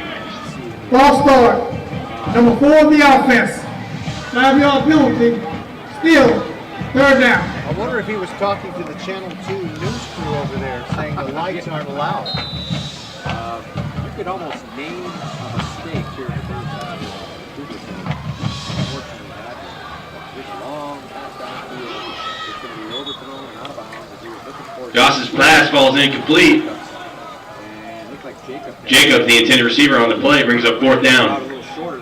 Yeah, he ran about 15 yards and turned around. The pass went down the field, but the pass I don't think would have been catchable even if he had continued running straight. He was well on the chalk. Except in Canada. It would have counted. Yeah, been a because the catchable field would ball have in been wider, Canada. right? Here they come for another punt. They've had one punt. Evans is looking for another player out there. He's counting the players. I don't like the idea of Pasadena Memorial getting the football with just under 6 minutes to go in the half. And the ball to start the third. He kicks it off. It's end over end. Down the middle. Receive, kind of muffed, and then on it again. Number 5, Ethan Munoz on the return. Brought down by number 10, Cody Pham. Pham again was Johnny on the spot. He's really getting to know Ethan Munoz of Pasadena Memorial. Well, you know, it's not really Munoz's fault, at least not 100%, but the punts that have been delivered, he's just had some difficult catching assignments. It's been a low line drive knuckler or something like that. Tough to corral a couple of those. Now they're going to average with a 22-point lead here before the end of the half. Side hands off a big rumbling attack this time, trying to get his number. 26? Because it's Emery Bolware. When you called attention to the fact that Delgado on the carry. Oh, wait a minute. You're talking about Memorial? I'm talking about the run. Guy who just ran. Second down. I'm sorry. 28. That's the guy you were talking about earlier. Yeah, that's Fred Taylor. No. It looks like Fred Taylor. He was in the game earlier, and he had a carry or two, and that got about 5 yards. That was a good running play. The offensive line is Roger said. Big fellas down there. That's the corner. Spinning. 35, 40, 45, 47. He kind of... Again, Delgado on the carry. Kind of bounced off a few people that time. Brought down by number 10, Cody Pham. He's a big guy. He's only a sophomore, Roger. And if you're as old as, well, you and me, then that kind of looked like John Riggins. Yeah, the old number 44, right? The Diesel. Redskins? Yeah. Yeah, you can say that. That's what they were at the time. And also... Oh, yeah, I forgot about that, Roger. And he played for the Jets as well. Yeah, and his linemen were called the Hogs. The Hogs. With affection. The Washington. Right, the Washington Football Club. Hand off again, and it's Delgado again. Just coming at him. Delgado once more on the carry. Brought down by number 11, Chibukum 6 Alme. yards on that play. This is the way the last drive. Second down for the Mavericks. With a lot of good running plays, and then they threw a couple of times. That was they had Bell in there last time. I think the they just got to keep letting the big dog eat. That's what they ought to do. Almost a quarter and a half. Delgado again to the right side. He's got a lot of room. 40, 35. Makes a man miss. Finally hard tackle. Delgado on the carry. Tackle at the 22-yard line. Number 4, Apolobi on the tackle. Brings a first down for the Mavericks. On his neck to bring him down. Delgado showing some speed and strength, but I have to say, I might have been able to get outside on that play because there was a lot of room out there. By the way, Kempner fans, whether you're here in the stadium or you're listening somewhere else and you are communicating with someone in the stadium, we've got 2 great stadium seats, and they're there. They're yours if you want them. Come up to the upper concourse. Downfield to the end zone. Smith. It's intercepted! What a... Stelling's pass is intercepted. Holy tackle. That was Jacobs. Number 14, Antonio Jacobs on the pick. Interception. As Stallings had a man open with Michael Smith, he underthrew him just slightly, but it was a better play by Jacobs to turn around and make that catch. What a play, and they're turning him away there on that opportunity for the Mavericks to put some points on the board at the end of the half. And if the Cougars could go down there and score, you know, maybe they could make something out of this thing yet. And it's a touchback, so they move the ball to the 20. And Patrick, I apologize. I kept talking too long before that play. Well, we got the play happened, and I think we got the call. Yeah, but you did a good job, but I should have let you take control of things, you know, a few seconds before the snap. That's what needed to happen. Here's the Cougars now, who have done not a whole lot on offense so far. This time Goss makes a handoff. Running to his left, and he's going to pick up 1 yard. Good Goss on the keeper. Brought down by number 7, Jamal Robinson, and number 8, Everett Epps. Everett Epps was not fooled. 7 and 8 that time. Robertson and Epps on that tackle, 1 yard gain. Neither one of them were fooled, and they showed great speed. Goss, from what we saw last year and what we hear about preseason workouts this year, he's an excellent athlete, but the pursuit was every bit as good. 2:30 to play here in the half. Second down and 9. Goss has it. Looks to his right. Pump fakes. Now he's being rushed. Up the middle he runs. Got a little bit of room, but that ends quickly as number 2. Goss on the scramble. Brought down by number 2, Gilbert Partlow. Wow, he kind of gave him a good form tackle there. Now we have a timeout. That's going to be the Mavericks timeout. They want to use one of their 2 remaining.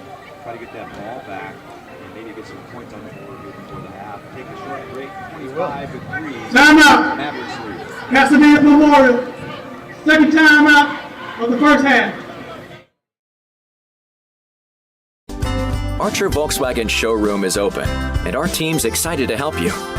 Visit our sales department Monday through Saturday from 9 a.m. to 9 p.m. Or bring your car in for service from 7 a.m. to 7 p.m. Monday through Friday, and Saturdays from 9 a.m. to 2 p.m.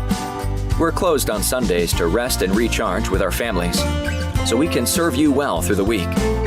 We hope to see you soon. We see all you do to get work done, whether it's keeping your office clean or redesigning your space for 3 or 300. Our business is to keep business going. Buy online and pick up in store, or get free next business day shipping at Office Depot, OfficeMax, and OfficeDepot.com. We want to thank the folks at Office Depot, Southwest Freeway at Williams Trace and Sugarland. They take care of business every day so we can bring you Fort Bend County. Third down for the Cougars. 3 football games a week all season long, and Tuesday night volleyball. Patrick. We are 3rd and 8 for the Cougars. Their own 22-yard line. Toss, lofts it to the right. Bell's got it. That's not Bell. That is Goss pass is complete to number 4, Afalabi. Afalabi. I got to say that a few more times to get it down. He made a good catch, and then he ran to the 28, but he couldn't quite get to that first down. And now the Mavericks call their last timeout. Timeout. Trying to get that ball back. Pasadena Memorial. He had to make a good catch. It's their 3rd and final timeout of the first half. To his credit, Goss didn't panic. He threw a fairly accurate pass, but in football, you'll have Afolabi have to go up in his, jump as high as he can. Update for the Marshall versus Crosby game. 14-7 at the half. Crosby's up. A chance to get started quickly enough to make the first down. Well, Goff was also under duress. He had to get rid of that ball and walk it a little bit. Cougars are coming out of here as if they're going to go for it, Roger. 4th and 2 from their own 28. Would they be going for it here, Roger? They might say, hey, it's 25-3. Let's just not give the ball back to Memorial here. Or it might be a quick kick.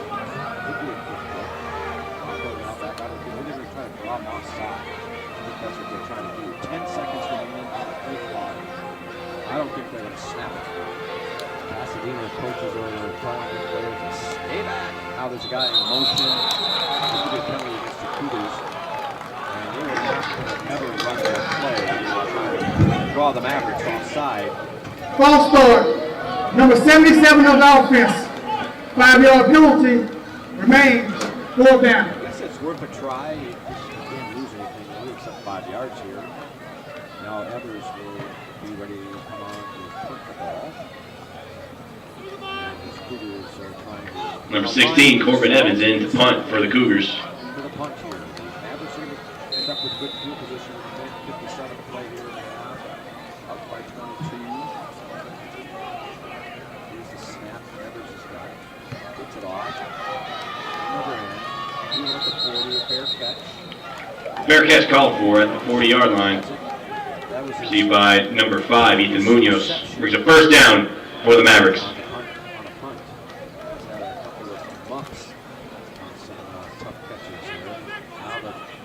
Who have run the ball well in the last couple series. Now they'll probably be out there swinging. It's Stallings. He's got Delgado in the backfield with him, and three receivers to the left and one to the right. 1:51 to play here in the half, and the Mavericks lead the Cougars 25-3. Stallings waiting for the snap. He's got it. Hand off to Delgado. It's going to be reversed. Bell's got it. He's got a little bit of room, but a pretty good defensive play there by the Cougars. What a play by Bell on the carry. Sanusi. Brought down by number 15, Ellis Sanusi. What a play. He did not take the overrun, and he kept himself at home. He was able to get Bell for only a 1-yard gain on a reverse. Here's a quick pass to the right complete, and it's going to be a first down. Stallings pass complete to number 5, Ethan Munoz.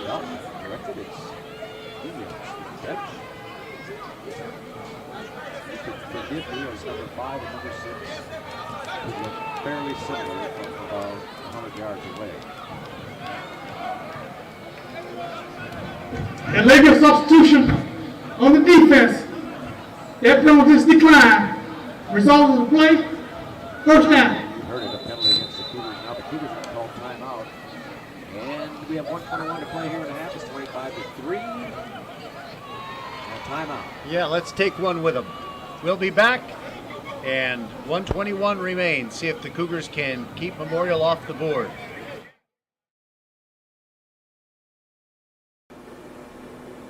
Hello fans, this is Bradley Stavenall with Needville Insurance. We know Fort Bend County.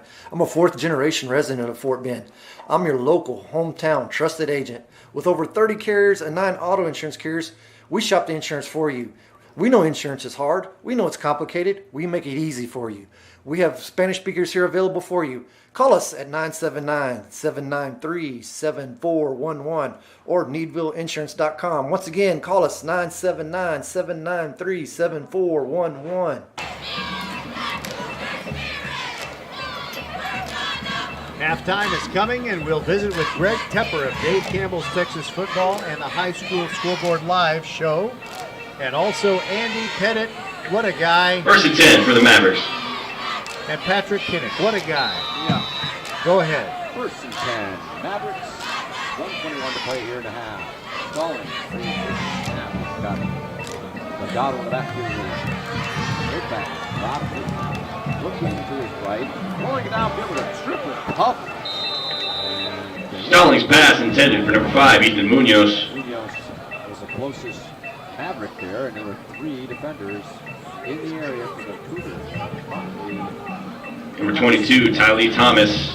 Number 3, Adrian Gray on the coverage.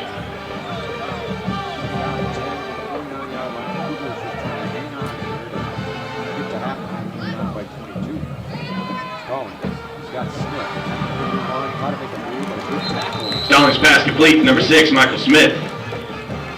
Brought down by number 14, Antonio Jacobs. Jacobs out there. Stallings has it. Looks to his left. Incomplete on the pass as he tried to hit. Stallings pass falls incomplete. Intended for number 12, Christine Ibarra. You know, sometimes I get Port Arthur Memorial and Pasadena Memorial. 4th down for the Mavericks. Pasadena Memorial is generally the stronger program, but Pasadena Memorial still building. 4th down and 2 for the Mavericks.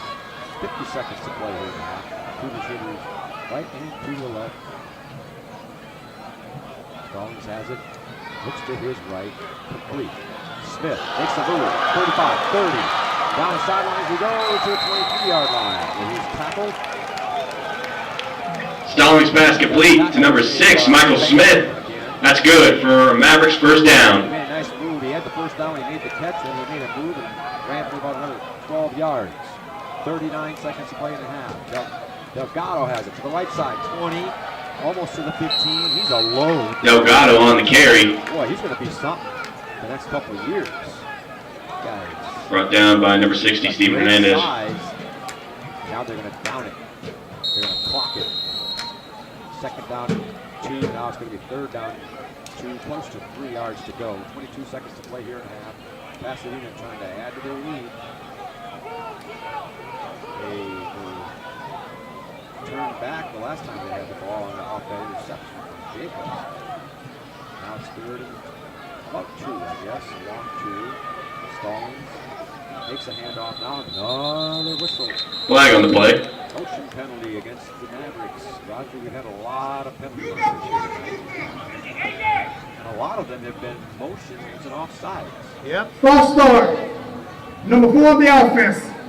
5-yard penalty. Still third down. Bell apparently moved too soon. The only reason that might be a big deal is if, let's say they throw incomplete here, they might be out of field goal range as a result of that penalty. Right about that. Third and let's call it 7. Looking to his right. Into the end zone. Into coverage. It's caught. I think he's out of bounds. I don't think he's even close to being in bounds there. He's closer. Stone's pass is incomplete. Yeah, he almost fell in the lap of the trumpet player over there. Intended for number 6, Michael Smith. I see a couple of tuba players.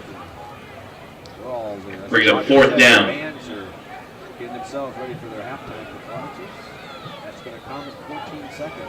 And Greg Tepper is straightening his tie. Yes. And he's ready for the halftime show. Roger is getting ready as well. 4th and 7. Again, Padua's trying to hang on here and not let this be any bigger of a deficit than it already is. Stallings, he's going to run out of room and out of time. A sack. Stalling is sacked on the play. Nice job by number 54. Brought down by number 70, Caleb Harris. Well, it's Harris and Strickland was in there as well. There's a turnover on downs. Good job by the Cougars. They were able to at least keep things within shouting distance here. Well, their defense needs to get a nice rest and get plenty of fluids in them and come out and stop Memorial on their first third quarter possession. And then hopefully some adjustments by the Kempner offense. They can move it down the field, get a touchdown, and then go from there. We're going to have to do something on the offensive end, though. They've done a whole lot offensively here. Probably will be the last play here in the first half, 7 seconds to play. Ross is going to take the snap, he's going to take a knee, and they're going to go to the locker room and talk things over. Halftime score. Pasadena Memorial 25, Kempner 3. At the end of the first half. Archer Volkswagen showroom is open, and our team's excited to help you. Visit our sales department Monday through Saturday from 9 a.m. to 9 p.m. Or bring your car in for service from 7 a.m. to 7 p.m. Monday through Friday, and Saturdays from 9 a.m. to 2 p.m. We're closed on Sundays to rest and recharge with our families, so we can serve you well through the week. We hope to see you soon. Welcome, everybody, to the Next Level Urgent Care Halftime Show. Glad you're with us on VypeFortBend.com. And we always want to make sure we give you a reason to stick around during halftime. And we know we have one for you now. It is Greg Tepper, the managing editor of Dave Campbell's Texas Football Magazine. And time really flies. You've been there a while. And now tell me basically your job description and what it's like. Boy, to be a part of that. That's a loaded question. How much time you got? It's my job is really to just carry on the legacy of Dave Campbell. The late Dave Campbell, of course, passed away back in December, and I tell people all the time, I don't actually care if you like the magazine or you like what we do, as long as a 96-year-old man in Waco likes it, and that's kind of what we're about. Dave had an incredible idea to cover football holistically in the state of Texas, and that's something we really want to do. And so, a lot of what we've done has been to kind of expand beyond just the summer magazine. Of course, that's always going to be the backbone, the spine of what we do. But on TexasFootball.com, the coverage we've got there on social media, and then an enhanced video presence. We've got a daily live show on our website and a number of podcasts. We're trying to grow ourselves into a bit of a multimedia empire and kind of cover Texas high school football and college football across the state in a big way. But it all goes back to the values that Dave kind of instilled in us and what he wanted to do of inclusiveness and making sure everybody understands that their team matters because for there's more than 1,400 high school teams in the state of Texas, and for somebody that's the most important team in the world, and we want to make sure we reflect that. Well, you said you wanted to create the multimedia and go way beyond just that one annual issue that is the Bible of Texas football. You have succeeded, but I know there's always more work to do. And I have introduced you, and I haven't even mentioned the part that is the reason many people know you, appearing on the show High School Scoreboard Live. What a program that is. It's a show like no other. What's it like to be on that show week in and week out? It's a real joy. This is, I started doing work with Valley Sports Southwest in 2013, and then I joined the scoreboard team, I believe, in 2018 on a full-time basis. And what a joy it is to be a part of what is really an institution in Texas high school football. We hear all the time that that's the thing that coaches go home and after the game they flip on High School Scoreboard Live and to work alongside the incredible team there at Valley Sports Southwest with Aaron Hardigan and of course the Craig Way, the icon, the voice of Texas, the man. I mean that's the thing. I'm very clearly second place analyst on that thing, and I'm fine with it. I'm happy to be in the shadow of Craig Way, and it's such a joy to work with people at Valley Sports Southwest that are truly passionate about high school football. And I think you see that at Vype as well. With I've been around this game long enough that I think I can sniff out people who are in it for a paycheck. There's nothing wrong with that. I'm in favor of people getting paid to cover high school football, right? But at the same time, there's something you can identify when there's somebody who is really in it because they're passionate about it. What I love about Valley Sports Southwest is everyone there is passionate about high school football. They're in it for the right reasons, and they cover it because they have that drive to cover it in a way that is that really sheds a good light on the sport too. So it's so much fun to be a part of High School Scoreboard Live and the incredible team there. I tell you, I'm the least important person at that network. I'm telling you, they've the incredible technical aspect that goes into it and all the highlights that come in from all around the state. It's a difficult job, but we put on the best show we can because Texas high school football fans deserve it, and they now demand it. And I'll tell you what, you talked about the passion for it. There's no question, your staff of reporters, they know their stuff. They care about every game from which they report. I know you got to be proud of that, and I know you were in the whole hiring process, there had to be a very, just a very thorough looking into who would be the best to represent Texas high school football. That's exactly right. And that goes for both Valley Sports Southwest and at Dave Campbell's Texas Football is when we hire you, one of the things we're looking for is whether or not this is something you're really passionate about or whether or not this is a job. Because in a lot of ways, I think that people, especially in who follow Texas high school football, they understand that it's important to them, so it needs to be important to you. And it's always been important to me. It's something that I'm super passionate about. And all the staff at Dave Campbell's Texas Football, whether it's Matt Stepp or Ishmael Johnson or Ashley Pickle or Mallory Hartley, we're all very passionate about high school football. And the same goes with all of our incredible reporters at Valley Sports Southwest with Austin Ivan and Sarah Merrifield and Paige Schnorbach, Katie Engelson. They know their stuff. They work hard.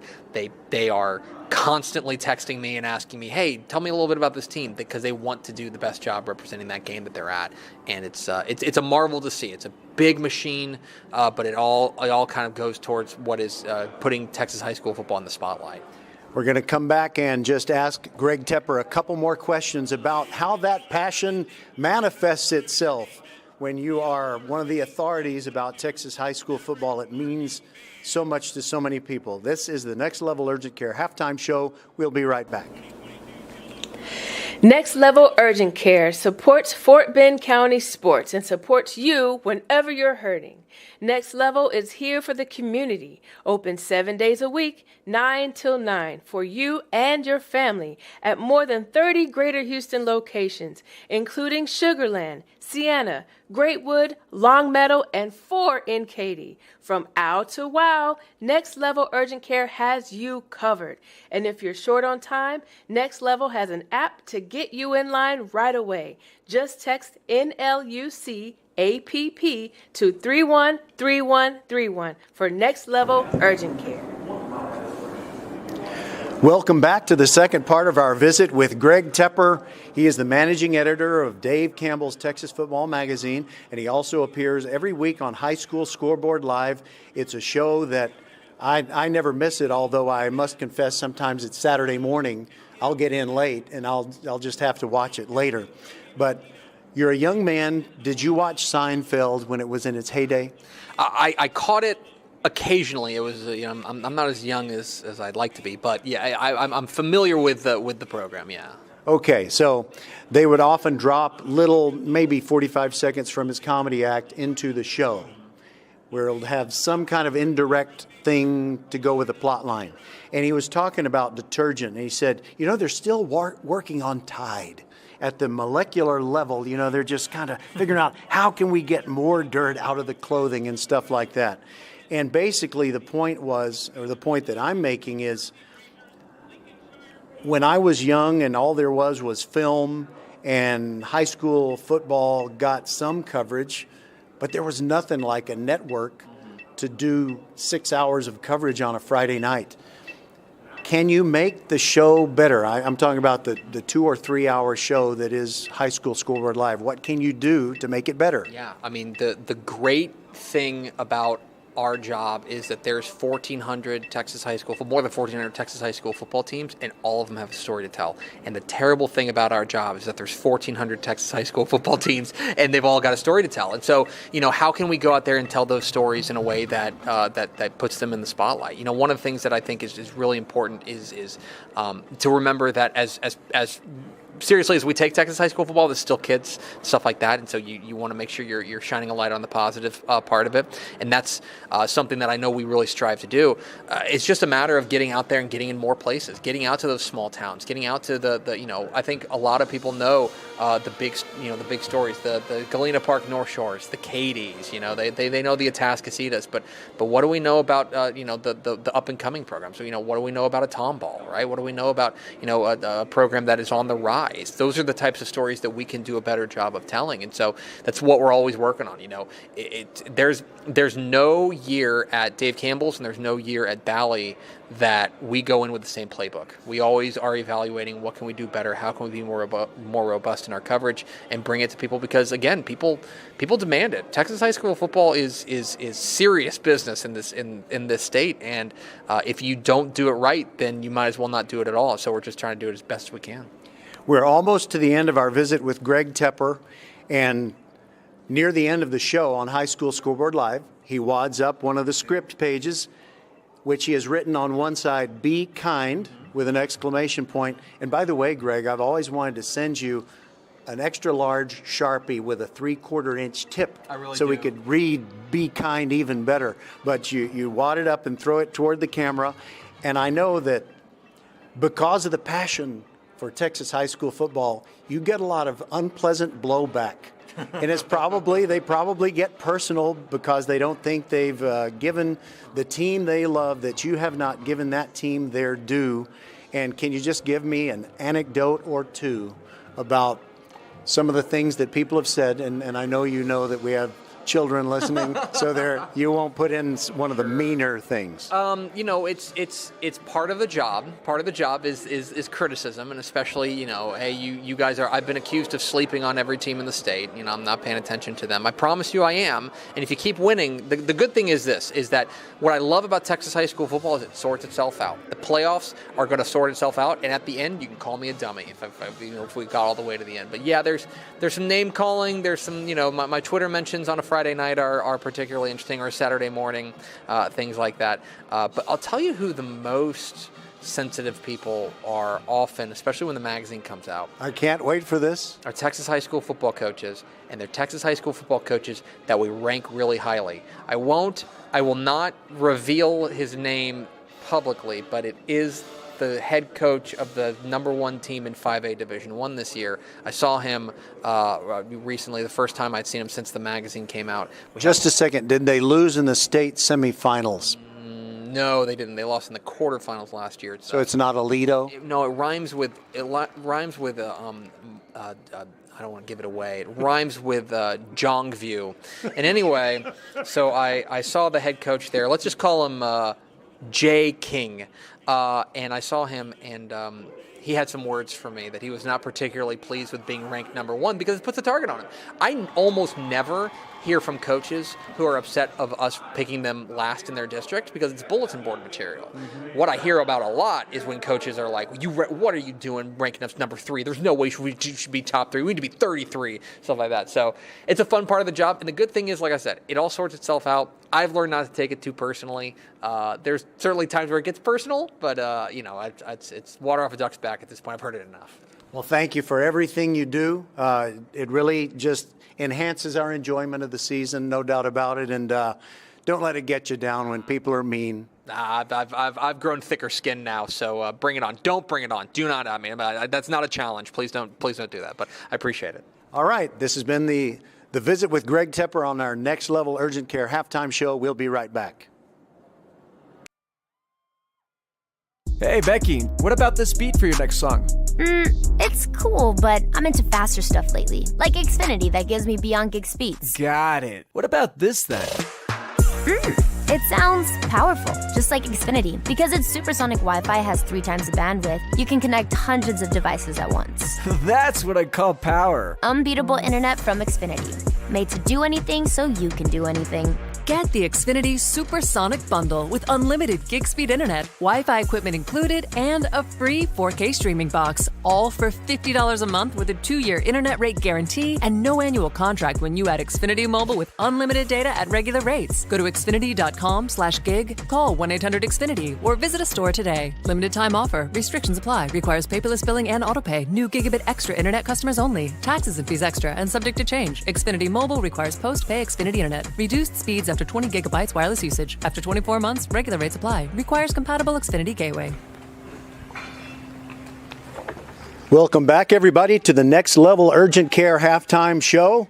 Glad to be bringing you football on VypeFortBend.com, and also it's a great honor to talk to Andy Pettitte, the longtime great pitcher for the Yankees, Astros, and then Yankees again. And it's great to talk to you today. Andy, how did you spend your summer? Well, a lot of baseball. I coach my son at Second Baptist, our high school team there. I'm the pitching coach. I've been doing that since I retired from the Yankees. And then kind of hooked up now with the organization, the 12 organization. It's a great organization here in Houston, and we've been with them for I think 4 or 5 years now. And in the summer I've helped out and coached them with some of their teams, their second team that they have. And baseball is all I know, so I enjoy doing that. So really and truly, that's what we've been doing this summer, was just playing a lot of baseball, coaching a lot of baseball. Well, I love baseball. I love football. I love talking about baseball during the halftime of a football game. And I know you were a great athlete at Deer Park. Did you play both football and baseball? And how close did you come, if you came close at all, to continuing in a football career? So I did. I played football my freshman and sophomore year in high school. I like to tell everybody that I retired after my sophomore year. I was 5'6" and playing nose guard as a sophomore in high school, so just was getting beat up, and obviously had a passion for baseball and loved it. And so I did play football only on our sophomore team for 2 years, and then, like I said, retired and went straight baseball my junior year in high school. Well, speaking of retiring from football, I'm going to tell you a quick story, and hopefully you may remember at least one of these names. I know you'll remember one. There was a time when there was this skinny little defensive back playing for Alvin in the 60s, playing football, but he was a pretty promising baseball player. His name was Nolan Ryan, and they were playing against Lamarck, and there was this fullback named Norm Bulash, who went on to TCU and had a pretty decent NFL career. He ran over Nolan Ryan on the way to a touchdown. And that was the end of Nolan Ryan's football career. He said, baseball is the game for me. Yeah, I mean, that sounds about right. That's what happened for me. I think whenever I started getting double teamed by the center and the guard, I didn't want no part of being a nose guard anymore. So football, you got to be nasty mean to do that, big and strong. And, at that time I wasn't, so it was like, man, I need to pick another sport here, And so my dad was a big man. He loved football growing up. My first love was football. I wanted to be a professional football player, I'd say. But then obviously when you start going through high school and you see all these other kids are really big and stuff, thank the Lord I grew between my sophomore and my junior year. But I feel like I made the right decision, that's for sure. Now let's talk about your youngest child, Luke, he's in his senior year at Second Baptist, and what's the prognosis for his senior season and perhaps continuing to play the game beyond high school? Yeah, so, Luke it'll be the same as this past season for him. He'll pitch for us and he'll hit. And he's been on varsity since he's been a freshman, so he's had a really good career there at Second Baptist, and he's going to DBU to play baseball. And as for now, he's going as a two-way player, a pitcher and a hitter. So Luke does a good job. He swings the bat well, and he's a good little pitcher. He doesn't throw with quite the velocity that a lot of these other kids do, but he's really picked up on pitching and learning how to change speeds and pitch. He does a great job, and so we're excited to watch him move on to the next level and pitch, that's for sure. I like to ask questions that are interesting to our listeners. Of course, I don't want to cross the line of being a little too personal, but I'm going to ask at least one more question when we come back and continue our visit with Andy Pettit on the Next Level Urgent Care halftime show. Right back in a moment. Next Level Urgent Care supports Fort Bend County sports and supports you whenever you're hurting. Next Level is here for the community, open 7 days a week, 9 till 9, for you and your family at more than 30 Greater Houston locations, including Sugarland, Sienna, Greatwood, Longmeadow, and 4 in Katy. From ow to wow, Next Level Urgent Care has you covered. And if you're short on time, Next Level has an app to get you in line right away. Just text NLUC APP to 313131 for Next Level Urgent Care. We're back with Andy Pettit as we continue here at halftime on VypeFortBend.com. And Andy, I don't want to ask you who you talked to on the phone, but I know there's a particular call. A lot of people who have watched you play during all of your baseball years and really would like to see you get that call from somewhere. I happen to be wearing an undershirt right now that my awesome father-in-law got for me, and he got it in Cooperstown. So I know that you may be one of those people that are on the bubble, the experts say, as to whether you might get to the Hall of Fame, but do you ever think about that, and what would it mean to you? Yeah, I mean, I guess I definitely think about it. I haven't really lately, but the first time I guess you're on the ballot, everybody wants to talk to you about that and stuff like that. And it would be a great honor, obviously. I know that I'm a guy that's on the bubble for it. I had an unbelievable, blessed career. I was fortunate enough to play a long time and to stay healthy to do that. And so, really and truly, I just feel really blessed just to have been able to play as long as I have. It's not something that I'm really, holding on to, like this has got to happen for me.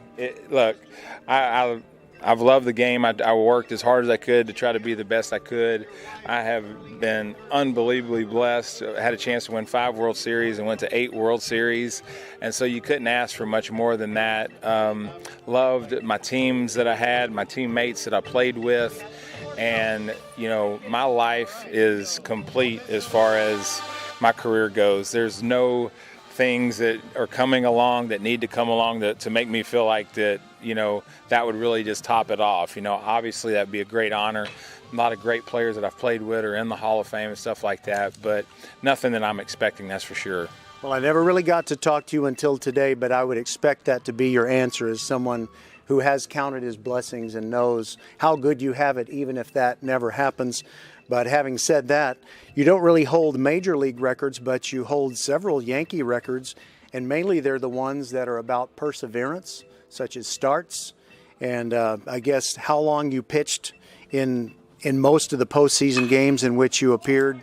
And if you were to make your case based on a few numbers-based facts, what would they be to say, I should be in Cooperstown? This is just a hypothetical. Oh yeah, I mean, literally, I don't even want to throw hypotheticals out there. You just said it. I mean, I hold the record for starts as a Yankee. I got strikeouts record for the Yankees, and I think one of the biggest things, and again, it's I'm blessed to have done it because I've been playing on so many great teams in my career. I hold the all-time postseason win record, which I'm sure will be broken one day here soon by Justin Verlander or somebody else probably. I mean, Justin's come back and wants, I think, to pitch for another 5 or 6 years, he says, and so, I'm sure that'll be a record that gets chased down. But, those are a few of the records that I hold. But that's, for me, it's just like, my body of work is my body of work. And like I said, I feel like I was almost an overachiever with the stuff I had compared to people that I played in the minor leagues with, other big leaguers that are in the Hall of Fame that I saw pitch and stuff like that. The game was really, really hard for me. And my pickoff move helped me get through a lot of games, getting a lot of ground ball double plays, so it was not easy for me to go out and do what I did. Most of the Hall of Famers go out, dominate the game, dominate seasons and stuff like that. And, I really never feel like I was really able to do that. One more question. I know you won't mind because it's something that I'm very proud every time I hear about a certain organization, and I know you've been active with them. It's Tunnel to Towers. Yeah. They've done so much good for people who are first responders and active military members who have either suffered a devastating injury or if a family has lost someone. So I know you don't want to brag on yourself, but it's bragging on the organization. Tunnel to Towers and Frank Siller have been so wonderful. What do you want people to know about Tunnel to Towers who really aren't that familiar with it? Just that you should look into what they're doing. They are.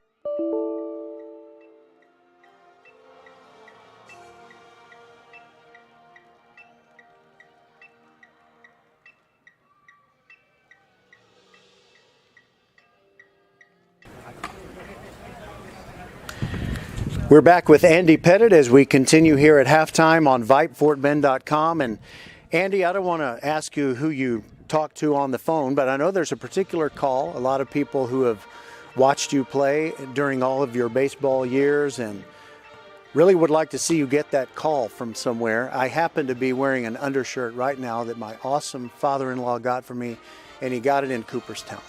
So I know that you may be one of those people that are on the bubble, the experts say, as to whether you might get to the Hall of Fame, but do you ever think about that, and what would it mean to you? Yeah, I mean, I guess I definitely think about it. I haven't really lately, but the first time I guess you're on the ballot, everybody wants to talk to you about that and stuff like that, and it would be a great honor. Obviously, I know that I'm a guy that's on the bubble for it. I had an unbelievable, blessed career. I was fortunate enough to play a long time and to stay healthy to do that. And so, really and truly, I just feel really blessed just to have been able to play as long as I have. It's not something that I'm really, holding on to, like this has got to happen for me. Look, I've loved the game. I worked as hard as I could to try to be the best I could. I have been unbelievably blessed. I had a chance to win 5 World Series and went to 8 World Series. And so you couldn't ask for much more than that. Loved my teams that I had, my teammates that I played with. And, my life is complete as far as my career goes. There's no things that are coming along that need to come along to make me feel like that, that would really just top it off. Obviously that'd be a great honor. A lot of great players that I've played with are in the Hall of Fame and stuff like that, but nothing that I'm expecting, that's for sure. Well, I never really got to talk to you until today, but I would expect that to be your answer as someone who has counted his blessings and knows how good you have it, even if that never happens. But having said that, you don't really hold major league records, but you hold several Yankee records, and mainly they're the ones that are about perseverance, such as starts, and I guess how long you pitched in most of the postseason games in which you appeared. And if you were to make your case based on a few numbers-based facts, what would they be to say, I should be in Cooperstown? This is just a hypothetical. Oh yeah, I mean, literally, I don't even want to throw hypotheticals out there. You just said it. I mean, I hold the record for starts as a Yankee. I got strikeouts record for the Yankees, and I think one of the biggest things. And again, it's I'm blessed to have done it because I've been playing on so many great teams in my career. I hold the all-time postseason win record, which I'm sure will be broken one day here soon by Justin Verlander or somebody else probably. I mean, Justin's come back and wants, I think, to pitch for another 5 or 6 years, he says, and so, I'm sure that'll be a record that gets chased down. But, those are a few of the records that I hold. But that's, for me, it's just like, my body of work is my body of work. And like I said, I feel like I was almost an overachiever with the stuff I had compared to people that I played in the minor leagues with, other big leaguers that are in the Hall of Fame that I saw pitch and stuff like that. The game was really, really hard for me. And my pickoff move helped me get through a lot of games, getting a lot of ground ball double plays, so it was not easy for me to go out and do what I did. Most of the Hall of Famers go out, dominate the game, dominate seasons and stuff like that. And, I really never feel like I was really able to do that. One more question. I know you won't mind because it's something that I'm very proud every time I hear about a certain organization, and I know you've been active with them. It's Tunnel to Towers. Yeah. They've done so much good for people who are first responders and active military members who have either suffered a devastating injury or if a family has lost someone. So I know you don't want to brag on yourself, but it's bragging on the organization. Tunnel to Towers and Frank Siller have been so wonderful. What do you want people to know about Tunnel to Towers who really aren't that familiar with it? Just that you should look into what they're doing. They are an unbelievable organization. Frank is committed, to bless people. And I've told him, they've literally turned serious, like the biggest tragedies in people's lives into almost a triumph. And, they're just committed to doing great things for like I've said in the commercials I did for them, for our true heroes, which I believe, is our first responders, our police, our firefighters. When everybody's running, they're, away from, horror, they're running to it and putting their lives on the line. And how could you not want to do great things for people like that? And also, one more thing about Tunnel to Towers. They have the ultimate in integrity when it comes to a charity. They are so accountable for every penny that they raise and how they turn it around, and they don't spend a bunch of things on administrative costs and then give less than 50% of their donations to people who actually need it. They give as much, as close to 100% of it as you possibly could.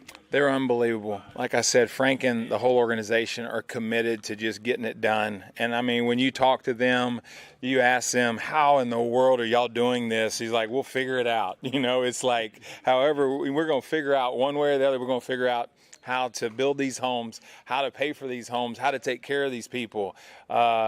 It's pretty incredible to see. And it's also pretty incredible to see how America has rallied behind that foundation and how they have supported that foundation. It is absolutely amazing. So you didn't mind me asking you about that? Not at all. Anything we could do to help out our first responders and our military, our police departments, our firefighters, people that still are things that are happening from 9/11. I know there's still people getting sick from 9/11 as far as, I think, asbestos and stuff like that was in the air, all the workers and stuff. So it was a great sacrifice and a great tragedy, but Frank and the foundation are doing amazing things. Okay, so their website, I know it's T2T, the letter T, the numeral 2, and the letter T. Is it .org or .com? Do you remember? I don't. If you don't worry about it. Put in T2T.com. If it doesn't pop up, go to T2T.org and make a donation. It'll be worth it for sure. Thank you, Andy. This is awesome getting to visit with you. You bet. Thank you. We'll be back with more on the Next Level Urgent Care halftime show when we return.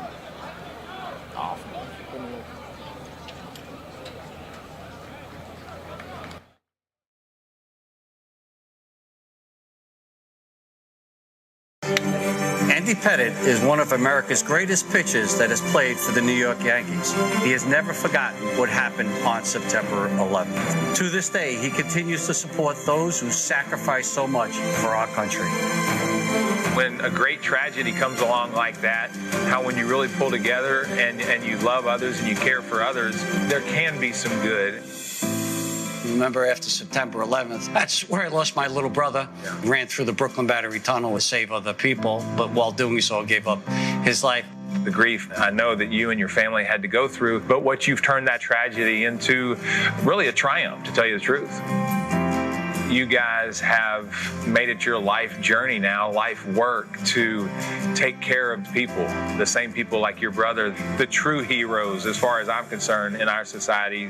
What we do for catastrophically injured service members, Gold Star families, giving them mortgage-free homes. The 100-home village that y'all are going to build down in Tampa, it's just amazing. They go and protect us overseas and give their lives. We better take care of their families that are left behind. I just kept seeing those commercials over and over, and it gets to you, right? I mean, if you're an American, you really seem to know exactly who we are and the work we're doing. I really just felt, in my heart, just like, man, this is something I wanted to find out more about and look into, and then, of course, just be involved. Oh, by the way, you're an official volunteer now. You know that. There you go.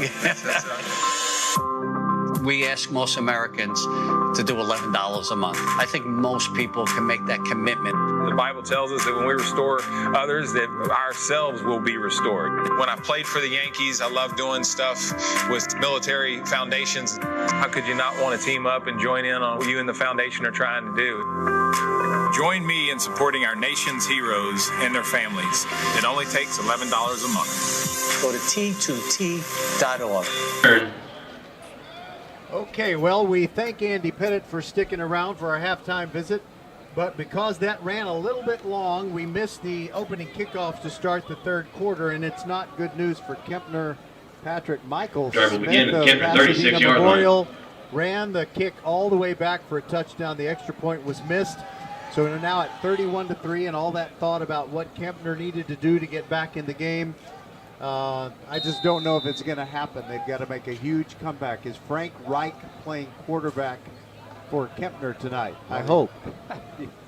Yeah, in reference to that debacle of the Houston Oilers. What year was that, Roger? It was the playoffs following the 92 season. All right, here's a handoff up the middle. That's Blanco. The carry. Hand off to Blanco on the play. And he gets about 6 yards on the play. That's a good little running play for him. As Roger said, Michael Smith fielded the ball in the 30 on that opening kickoff of the second half. Made a jab step to his right, cut back, and he made a beautiful cut and sailed 70 yards for the touchdown. Nobody could catch him. And that's how the second half started. Much to the chagrin of the Cougars. Here's a fake handoff. Goss has it now left side to the 50, 45, and a nice play. Goss on the keeper. The Cougars there, one of the best plays of the Brought night. down by number 31, Adrian Lerma. It's good for a Cougar first down. On that kickoff return, he not only made a jab step, he really sold the move with his arms and shoulders. He kind of twisted them the same way he made the jab step. I saw a guy dive and grab for air, and they never came close to touching him after that. Well, Roger, Channel 2 is leaving. The truck is leaving. I wonder what that means. I think it means they don't think Frank Reich is playing for Kempner tonight. Blanco carries it for about Blanco on the carry. Yards, just inside the 45. Brought down by number 9, Landon Perez. Return, it was almost like his own counter play. He took that jab step and exaggerated those arms. Got the flow going left. He cut it back got the flow going right. cut it back to his left, and then he was gone. I think it was a 70-yard kick return, wasn't Yes, it? sir. I have 70 yards. 2nd and 7. Blanco, right side, finds some room. He's still going. He's going to get close to a first down. I think they're going to mark it right at the Blanco sticks. on the carry. Well, hey, why not?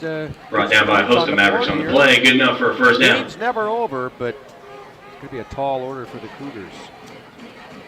Got to get something positive going and at least get something going to build up for next week. By the way, I want to congratulate a couple of folks, Lester and Michelle Lopez, who still have 3 kids that are either in Kempner or will go through Kempner. They are the lucky winners, or I should say opportunistic winners, of 2 great Kempner Cougars stadium seats. Courtesy of, well, Roger the Smith family of Sugarland. Here's a pitch to the left. Inside, I guess it's kind of a shovel pass. Jacobs there. on the carry. Antonio Jacobs was knocked out of bounds by number 7, left, Jamal Robinson. Shoveled it to him. And he got about a 5-yard gain. Let's see where they mark it here. We're still waiting. Yeah, let's mark it at the 33. 5-yard gain. 2nd down and 5 for the Cougars. This is by far their best offensive series of the game. By the way, Patrick, you got a couple of scores we want to pass along to you. Waiting for that. Here's a handoff again. Blanco up the middle. He's got a first down to the 25-yard line. They found something up there. Blanco on the carry. Found something on the ground. Oh, I was down by number 35, Rashard Crawford. Well, before I give scores, I just thought of, Frank Reich not only engineered that Buffalo Bills comeback over the Oilers in the playoffs that followed the 92 NFL season. Maryland beat the Miami Hurricanes in Miami. I believe they were down 35-0, and Maryland came back to win over the Hurricanes with Frank Reich at quarterback. That was when he was quarterbacking for Maryland. You bet. I don't remember that. I have to go back and check that one out. That's hard to believe. The miracle kid. 1st and 10. Goss back to pass. He's got a man open. It looked like there could be a little contact down there, but no. Pass ball's incomplete. No call. Intended for number 4, Abiami Afolobi. Slightly underthrown. Afolobi tried to make the catch, but he couldn't quite come well, up with it. You and I are not going to know, but hey, Roger, I can hear you. That's great. Isn't that amazing? You can kind of wonder with the score 31-3, is that why there was no pass interference call? Because the defender had been beaten, and he rushed up to the Kempner receiver, and he shoved him with both hands before the ball arrived. Sure looked like there but was no contact. flag. Yeah, I don't know what the referee was thinking on that. Goss is being rushed. A little screen. Had a man, but he was pass ball's incomplete. Under duress. He couldn't quite get it to. Intended for number 6. And the guy who was duressing him was Landon Perez. He was landing hard on the quarterback. He did. Okay, so the Bush Broncos went to Magnolia West tonight. You want to tell this story? I don't know. I almost don't want to, but what was the final? It was. Oh, wait a minute. I'm going back to my friend Eric Folkerts, former assistant coach of Kempner football. 43-0. Magnolia West over the Bush Broncos. Ugly. Blanco on a reverse. It's going to be a flea flicker. Goss has got it, man, wide open in the end. Oh, he had him, and he stumbled. Oh, my goodness. Goss pass ball's incomplete. That's so unfortunate. Because he was wide open, he's ready to make the catch. And it's just number 6, Fortune E with the intended receiver on the play. Brings up 4th down there, and he for the Cougars. Stumbled, and he couldn't come up with the ball. Oh, my goodness. He was open by 15 yards, I'd say. And as Vern Lundquist would say, he's got to be the sickest man in America. Yeah, that's just wasn't quite like the Jackie Smith Not play. Quite. It was a harder catch than that. Wasn't right in his chest. And plus, as I said, he just lost his footing. He just kind of got tangled up, and the play was set up beautifully, and they just could not finish it. 4th and 10 now. Goss has a couple of receivers on both sides. Back to pass. He's got time. Now he's rushed. He's going to try to run for it. To the 25, he's going to come short at about the 20. Goss on the scramble. He will not have the first down, and that forced out of bounds by number 28. Was a tough way to end that drive because it really could have been a touchdown. Turnover on downs. And then a last effort there by Goss to try to get the first down with his feet, and couldn't quite do it. And so ends the most promising drive that the Cougars have had. Now, speaking of Cougars, there are the Crosby Cougars, and we We respect them, but we want the Marshall Buffs to beat them tonight. And with 1:50 left in the third quarter, Marshall leads Crosby 21-14. Possible playoff preview in Class 5A Division II. Those two teams met in the 21 playoffs. Well, the Buffs were down. Actually, wait a minute. Was it the 20 playoffs? Yeah, the 20 playoffs, because last year Marshall lost to Barbers Hill in the first round. On the play, what is it here? We've had our share of pre-snap penalties tonight.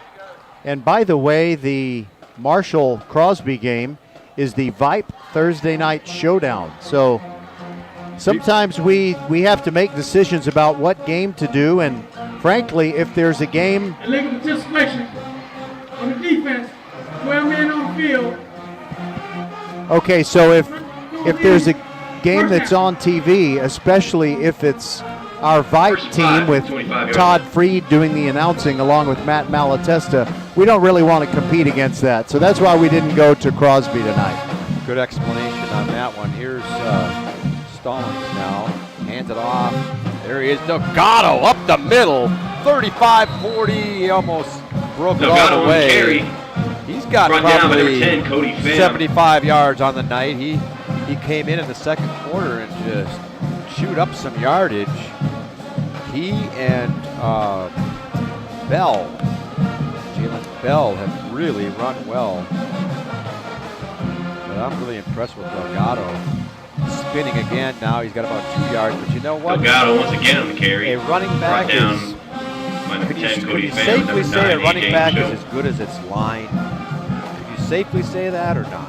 Always is a running back. There are a few exceptions like Barry Sanders, but most of the time it is the line that makes the difference. I mean, Emmitt Smith was a great player, but he certainly wasn't an all-time great. He was just behind perhaps the greatest ever offensive line. Yeah, would Emmitt Smith have done that with? Well, let's look. Let's see. Here's the handoff to Smith on the right side. He scored a touchdown in the first play of the second half. Michael Smith on the carry. About 4 yards. Would Emmitt Smith would he done what he did if he played with the Cleveland Browns all those years? Of course not. No way. Or the at that time the Tampa Bay Buccaneers weren't all that hot. Or the New York Jets, for instance. In all of those cases, no, he never would have been what he became. It's all really is. It really is about circumstance and all that. Here's a man in motion again. Bell. Stallings looking. He overshoots his man and almost. Stallings' pass falls incomplete. For the second. Intended for number 12, Christian Ibarra. Fourth down for the Mavericks. Maxon almost. Excuse me, that wasn't Maxon. It was Ibarra who almost got it off the tip. I think Michael Smith might have tipped it. Hard to know who exactly he was going to on that one. Fourth down for the Mavericks, and Munoz will kick it or punt it now. 5:45 to play here. Third quarter, it's 31-3. The Cougars have just not been able to get on track here tonight. It started off with 4 turnovers in the first quarter. It's really hard to come back from stuff like that. Roger, do you have any more scores? Or? I'm going to dig up a few, but I would think the punt is in the air. And it's going to be fielded at the 20. And he's going to get to the 25, and then he's where he's stopped. That's Gray. Gray on the return. Brought down by a host of Mavericks fielded on it the on play. the run. Looked like he might be able to Kempner. Pick up Quick pretty good reminder yardage, to but then those it on the closed up opposing quick at side the of the 25. field. Do not turn on your flashlights. Please do not turn on your flashlights. Thank you. Second time now tonight that they made an announcement about flashlights or something across the way. I don't see them, but somebody's seeing some light. Yeah, but as you noted, whatever light there is that might be a problem, we can't blame Local 2 sports coverage because they have departed with their van. Not this time. And not that they were to blame the first time. Not that they were, It was yeah. just speculation on Rogers' part. First and 10 for the Cougars now, trailing by 28. Yes, reckless speculation on my part. Cougars have a bunch formation to the left here. It looks like they got 5 men in the backfield. Here's a pitch to Blanco. He's going to pick up 7 yards where he's met at the 33-yard line. Blanco on the carry. That's a pretty good run. Another 7 yards. He's had a good third quarter. You want some scores? Let's hear him. 8 on the play, brings him second down. All right, so you already knew that Magnolia West beat our Fort Bend Bush Broncos 43-0. Spring Branch Memorial losing at Pearland 40-14 with 2:53 left. Here's the second down and 3 play. Goss waiting for the snap. Hands it off to Blanco again. Cuts it back to the left. First down, 43-yard line. Another good run. Blanco once again on the carry. He got 35 first down yards for the here in the Cougars. third quarter. He's doing a good job. Good blocking by the line. And what else do you got, Roger? Oh, by the way, Blanco really is running well. Yes, he sure is. The Dulles Vikings get spanked, unfortunately. 38-3, they lose to the Cy Woods Wildcats. Still a quarter to go in that one. They're down 38-3. You had to tell me there was more time up on the clock on that score. Here's a quick pass to the right. Caught. At 45, good move. To the 50, still on his feet, spinning into Mavericks territory all the way to the 45-yard line. That is Luke Maxon on the reception. Luke Maxon caught the ball at about the 43. Brought He's down on by 43. number 17, Able to Mason make a couple of Schmetzer. moves and get it all the way down to the 45-yard line of the Mavericks. And so far this quarter, the Cougars are showing some life on offense. Now we have a whistle, and I think we have an injured Maverick who's hobbling off. Number 8, that is Epps. Yeah, Epps has been good tonight. I think he's just cramping up his lower left leg. Now he sits down, which gives me a chance to tell you that the Marshall Buffs game against Crosby has moved into the fourth quarter. 9:32 to go, and it's still 21-14. The Marshall Buffs of James Williams, their head coach, a guy who I just respect so much. I can't tell you how much I respect him. Klein Oak leading at halftime over Katy Cinco Ranch, 33-28. Klein Oak, the alma mater of Jim Parsons of The Big Bang Theory. You know, Dr. Dr. That was a halftime score? Halftime score, 33-28. And remember, it's Jim Parsons. He is Dr. Sheldon Cooper from The Big Bang Theory, and he went to Klein Oak, as did my niece Chloe. That's not any relation to the Alan Parsons project, is No, it? not at all. Okay. Not at all, sir. Okay, and by the way, the Fulshire Chargers. Oh, my goodness. Fulshire is loaded, and that's good news because we like the folks at Fulshire, but what we don't like is that they're doing it to the Clements Rangers tonight. Not even halfway through the third quarter, and it's Fulshire 56, Clements 12. Boy, oh boy. George Ranch not looking real strong. At halftime, they trail Katy Taylor 13-0. Here come the Cougars now off that first down. They're sending Maxon to the left. Got another receiver to the left as well. Goss has it. Hand off. Not much there for Blanco this time. He was met 2 yards back in the backfield, and then he was lucky enough just to get back to the line of scrimmage. And I believe that was Landon Perez who danced with him and then threw him down rudely. I guess he didn't like the way he danced. No. But Giovanni Blanco has had a good quarter. And, of course, the line doing a good job formulating some holes for him. By the way, Patrick, our Hightower Hurricanes, after getting a big win over Pearland Dawson last week on the road, they are at Spring Westfield tonight and trailing 30-0 at the half. Boy. Westfield must be loaded.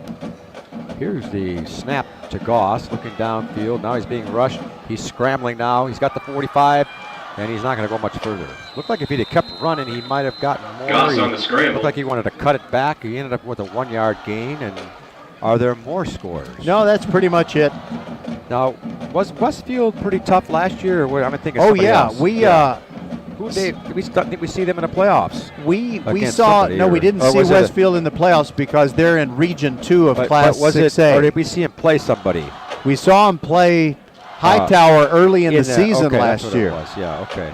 I thought we had seen him, but I didn't necessarily mean the playoffs, but I knew we had seen him, and they had a good team. Here's Blanco with a handoff. He's going to get to about the... Delgado on the carry. Brought down by number 5, Ethan Munoz. I hope there's a rematch. Fourth down for the Cougars. I hope there's a rematch between Westfield and Hightower. I would like to see Westfield play Ridgepoint this year because the only way that could happen would be if both teams made it to the state championship final game at Jerry World in Arlington. Seriously? That's the only way it could happen. Wow. Region 2 versus Region 3. Wouldn't that be awesome? Crosby has just tied the game. It's 21-all, 9:24 left in the fourth. That must be a heck of a game over there. Here's a 4th down and 7 play. Goss has a man open. It's first down. Nice catch by Afalabi. Abayomi Afalabi. And he's got the first down to the 25-yard line. Schnettler. Great Good pass first down from Javon Goss. Cougars have moved the ball pretty well here in the the third quarter. Problem is they're down by 28. They have yet to cross the goal line tonight. Blanco takes it. He's going to be tackled right away.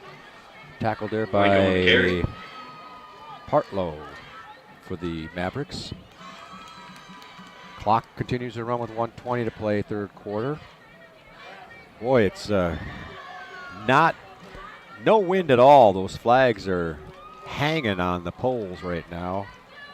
And it's kind of a sticky, heavy evening. If we had a little breeze, it sure would help. Here's Goss taking the snap, shotgun. Steps up in the pocket, being rushed to the right. Downfield he goes, and he overshoots his intended receiver. Goss's pass, Afalabi. Intended for number 4. Well overthrown Afalabi that time. Brings up third down. And it's 3rd and 10 with 52 seconds to play here in the third quarter. By the way, Patrick, our producer, Les Clary, lets us know that the PA announcer here is it's louder than us. Oh, my so gosh. Yell at our listeners, Patrick. I mean, we got to yell. That's all we can do. And there's nothing we can do. Do I have the voice for that? Here's the snap on 3rd and 10. Goss to the right. He overshoots his man again. Afalabi was diving for it and out of bounds. Couldn't bring it in. Now we have a whistle, and what do we got here? I'm not sure. I don't see what it is. Perhaps a player down. Let's see. I don't see it. Player down, way down there at the 10-yard line. One of the defensive backs for the Mavericks is down. Really? And do we want to take a timeout here with 46 I think we seconds do. left in Let's the take quarter? one. It's 31-3 Mavericks. Hey, Becky, what about this beat for your next song? It's cool, but I'm into faster stuff lately. Like Xfinity that gives me beyond gig speeds. Got it. What about this then?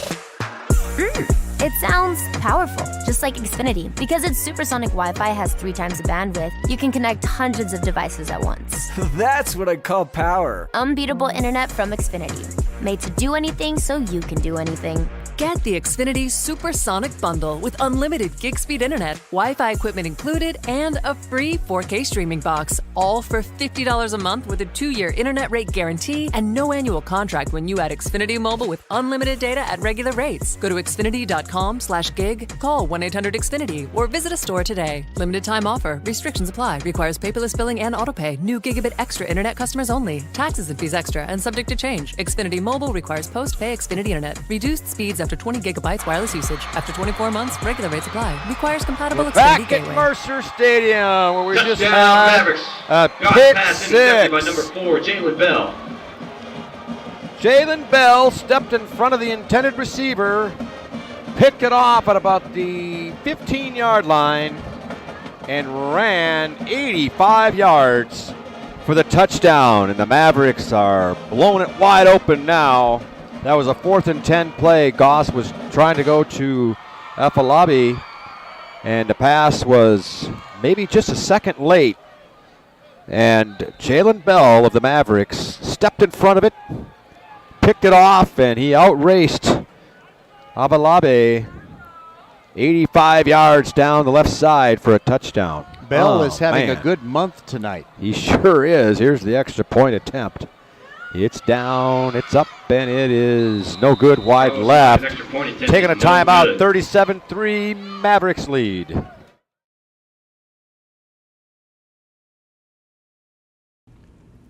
First Tire and Automotive has been putting your health and your car safety first for over 20 years.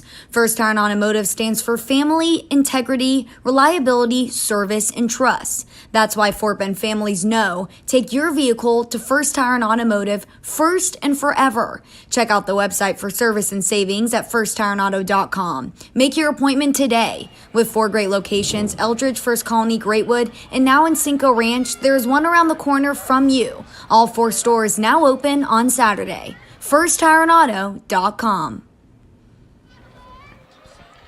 Equitable Advisors. Financial professionals know the path to a fulfilling future begins with getting to know who you are and what matters to you most.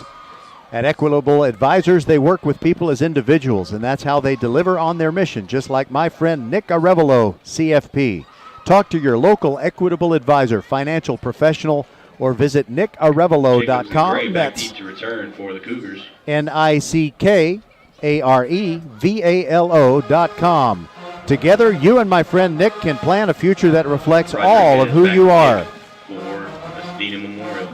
Equitable Advisors, LLC, New York, New York. Member FINRA, SIPC. Patrick. Well, yet another kickoff coming from the Mavericks. It is Rodriguez kicking it off. He's kicking it short every time, this time to the 30. Fielded there and run up field to about the 39-yard line. I can't tell who it is who had it for the Cougars here. Let's see if I can tell who it is. 27? 33. 33, I guess. DeRosanini on the return. Brought down by number 23, Braulio Montiel. Took it up for about a 9-yard return.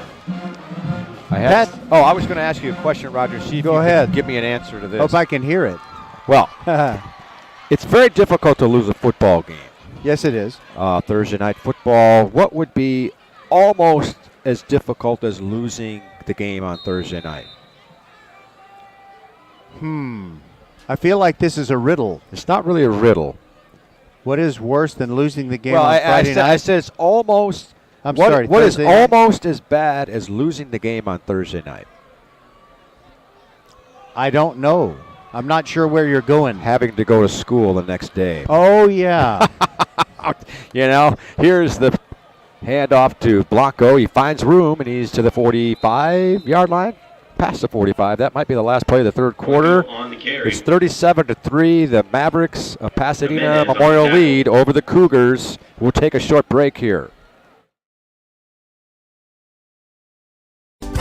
Archer Volkswagen showroom is open, and our team's excited to help you.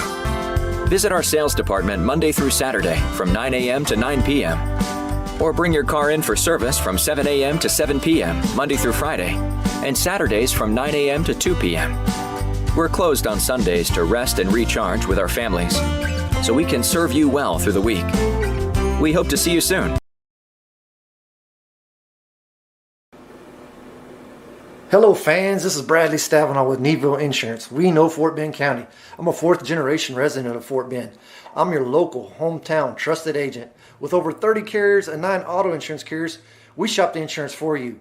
We know insurance is hard. We know it's complicated. We make it easy for you. We have Spanish speakers here available for you. Call us at 979-793-7411 or needvilleinsurance.com. Once again, call us 979-793-7411. www.mealsbymelissa.com. This exclusive VypeFortBend.com presentation of Fort Bend County High School football is brought to you by Xfinity Mobile. Break free from the big three with wireless that does it all. Unbeatable internet made to do anything so you can do anything. By First Tire and Auto, 4 great Fort Bend County locations where you can get the best prices in tires and anything else your vehicle needs to run at its very best. All 4 locations open Monday through Saturday. Visit firsttireandauto.com.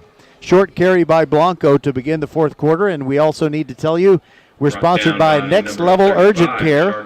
More than 30 locations in Greater Houston, including Sugarland, Sienna, Long Meadow, Greatwood, and 4 locations in Katy. Personal foul, face mask, number 35 of the defense, 15-yard penalty, first down. Well, I don't think the person who had his face mask grabs needs to go to Next Level Urgent Care. It's not that bad. However, from ow to wow, Next Level Urgent Care has you covered. By Archer Volkswagen, open since 1956 and ready to serve you. Archer Volkswagen is on Highway 59 South, just inside the Sam Houston Tollway. You will feel like family at Archer Volkswagen.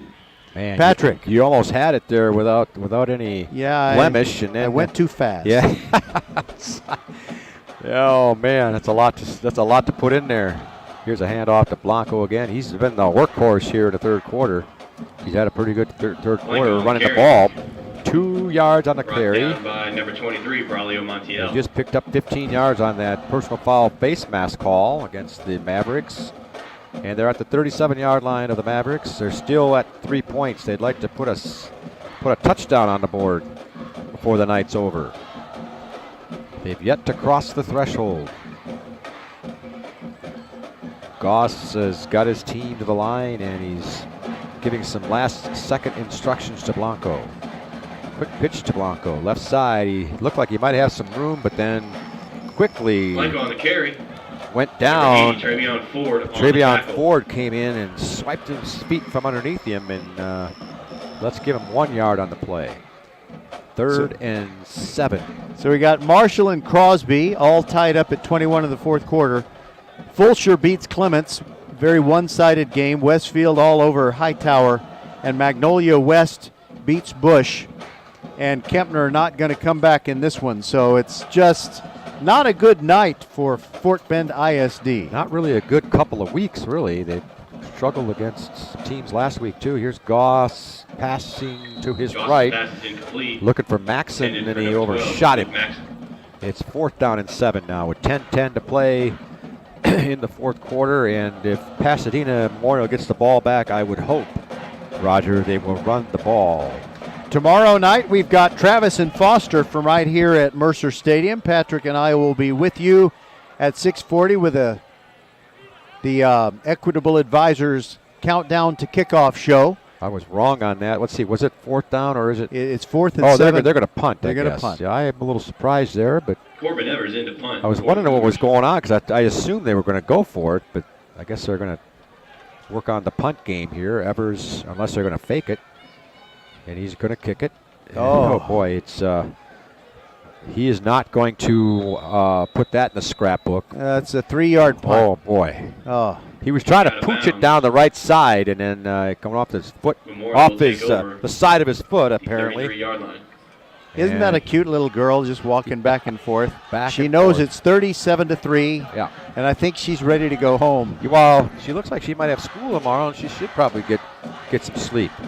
I think I need some sleep, too, for my day tomorrow. I'm going to need some, but whenever I get home from a game, I don't know about you, Patrick, but I'm kind of amped up, and I have to calm down and just watch a mindless TV show. I'm the same way, and I could sense that perhaps a bowl of ice cream might be in order, too, you know. Here they are. They're going to hand it off. Delgado fumbled it, and who's got it? Looks like the Cougars have got it. At the 41-yard line, that ball came squirting out of there. And now, have we seen a signal yet? Covered by the Cougars have it. 9:57 to play, and now we have a man down for the Cougars. Could it be another cramp situation? Could be. I can't tell who it who is on his back and just kind of wiggling his feet. By the way, Patrick, tomorrow night, our game is Travis against Foster, but also on the docket for Fort Bend teams, the Elkins Knights are going all the way to Montgomery's Lake Creek. That's a long way. Wow. And Ridgepoint is going to Dickinson to take on the Gators. Both Ridgepoint and Dickinson, I think, are pretty good this year, but both of them got beat pretty badly in their opener. Ridgepoint went to Austin Westlake and lost. Now, let me ask you, where did you say Elkins was going? Montgomery? They're going to Montgomery Lake Creek, which is north and a little bit west of Conroe. I think Travis played them last year or the year before. They sure did. Yeah, they did. And Travis could have and should have probably won that game, but anyway. Austin's going to Westbury. That's it, I think. Okay, that's tomorrow. Here's another pre-snap penalty. Flag on the play. So, in addition to that, on Saturday, you're going to leave me just when I need you most. On Saturday night, as it's Willow Ridge trying to bounce back after... Sorry, Mr. Perry. Willow Ridge trying to bounce back after that loss to Clear Lake on Saturday night in Week 1, and they're going to take on a pretty good Friendswood team, but I think Friendswood is 0-1, if I'm not mistaken. I might be wrong about that. Well, we'll find out some more things tomorrow and Saturday. 1st and 15 for the Cougars off of that motion penalty. Here's Blanco, finds room to the left. He hits the 40 where he's drugged down by number 26. Brought down by number 26, Jimenez. In District 26A, Patrick, which does not include Kempner, there are 9 teams now, with Hightower moving up from 5A to 6A. So that means you have 8 district games. Therefore, every Class 6A game that we do from now to the end of the season will count toward playoff possibilities. Well, that makes it that much more interesting. Blanco shifts to his left now, and here's the handoff. He goes up the middle for a 2-yard gain. We have a new quarterback in the game. It's Green. Number 40. Grayson Green started the game, and then I think he had 2 series. Then Goss came in. He's been in there most of the time, and now Green's back in. 3rd down and 7 for the Cougars. They've moved the ball much better here in the second half, but they've stalled. They've been dry. They've been moving the ball between the 30s. Here's the snap, 3rd and 7. Quick pass to the left, and that is almost picked off. Holy mackerel, number 13. Intended for number 14, Amy Jacobs. Looked like he was going to take that one and go the distance as well. 4th down for the Cougars. That would have been very unfortunate. The girl's not waving back. She keeps walking up to the front of our table. And she's right at the line of scrimmage. She's right in my vision. Now she's moved down. It's 4th and 7 from the 38-yard line. Cougars, 8 minutes to play here in the ball game. Green back to pass, looking to the end zone.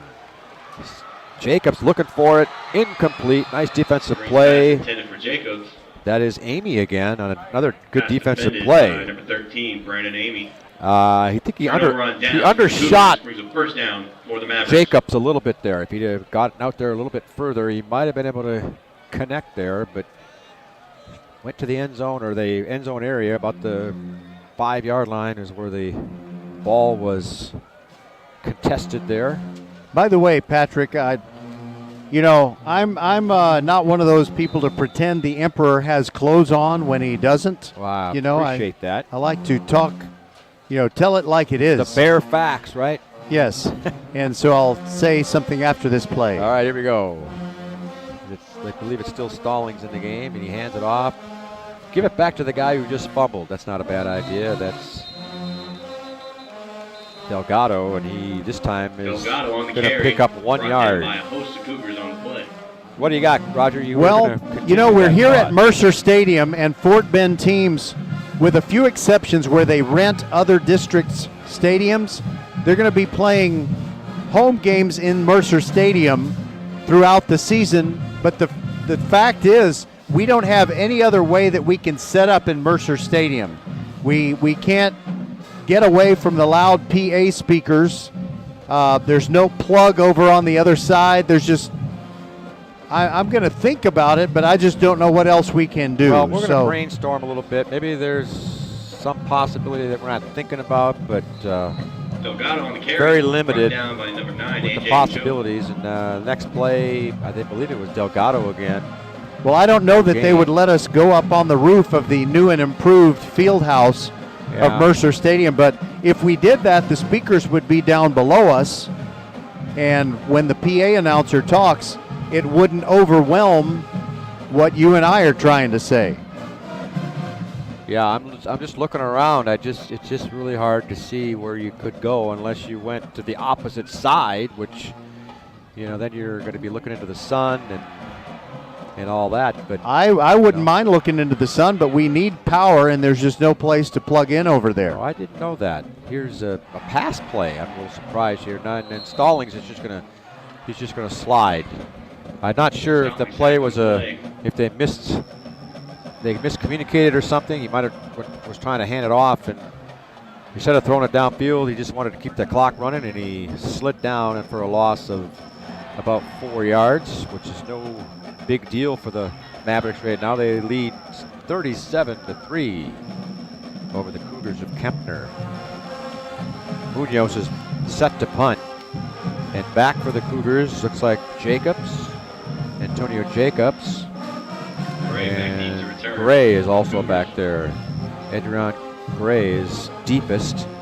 And Jacobs is about 10 yards or so ahead of him. And now they were going to try to keep the clock running, and then they did a delay a game deal. Maybe they wanted to do that on purpose. I don't know. Well, but if they punt it away, the clock will stop following the change of possession. Right. True. 5:33 to play the ball game. 11 game. Number 5 on the offense.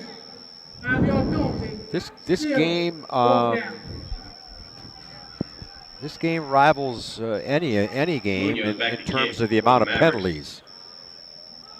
A lot of penalties in this game, but it is early in the season, so we'll give that a benefit of doubt. That snaps high, corralled there by Munoz, and he gets it off with a pretty good punt.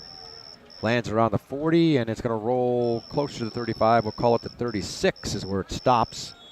So a pretty good punt under the circumstances off of a high snap. 5:12 to play. The Cougars get the ball Kempner High again. School would like to thank Coach Pope and Coach Barrett for being recognized for their August random acts of kindness. And we're just trying to wind this one down and get to the next one tomorrow night. And Cougars are going to have to regroup next week. And do you happen to know who the Cougars play next week, Roger? Not off the top of my head, sir. No. That's fine. They're just whoever they play, they're going to have to get in the bounce back mode here. They can take a little solace here in the second half. They did move the ball, but not to the end zone. Handoff, Blanco. He's been pretty good here in the second half. Pick up a 5. You know something else I think we should do? Blanco on the carry. What would that be? We just need to talk when the PA guy is not talking. If he starts talking, we need to pause. Well, because our listeners can't hear what we're saying. Well, maybe that's not a bad idea. We'll have to get used to that. Get used to that way of doing things. Here's a pitch to Jacobs, who gets to the outside. He's got the first down, and he nears the midfield stripe. He gets to the Cougar first down. He gets to the 49-yard line. I tried to do that time, Roger. Yeah, it's not easy to do. Not that the PA guy is verbose. He's not. He's doing a good job. Just doing what he's got to do, right? He can't control the sound of the speaker, though. Have you ever, I don't know, maybe I'm making too big of a thing, but have you, it seems like a lot of guys have got the cramps the last couple of weeks. Yeah, we got high humidity, especially tonight. So that is what we're having. By the way, Sean Armstrong made that last tackle. Sean Armstrong is the All-American boy. You know Why is that? Well, Jack Armstrong, back during the glory days of radio, before TV was common in American homes, there was this guy. He was Jack Armstrong, the All-American boy. Now, was that the name of the show? Or yeah, that was it.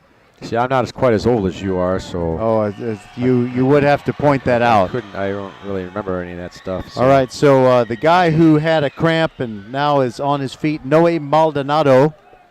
He gets off on his own. That's a good sign. Yeah, and he was moving a little uncomfortably, but not moving. He didn't look like he was, crippled or whatever. He was just trying to get off the field. He's going to be okay.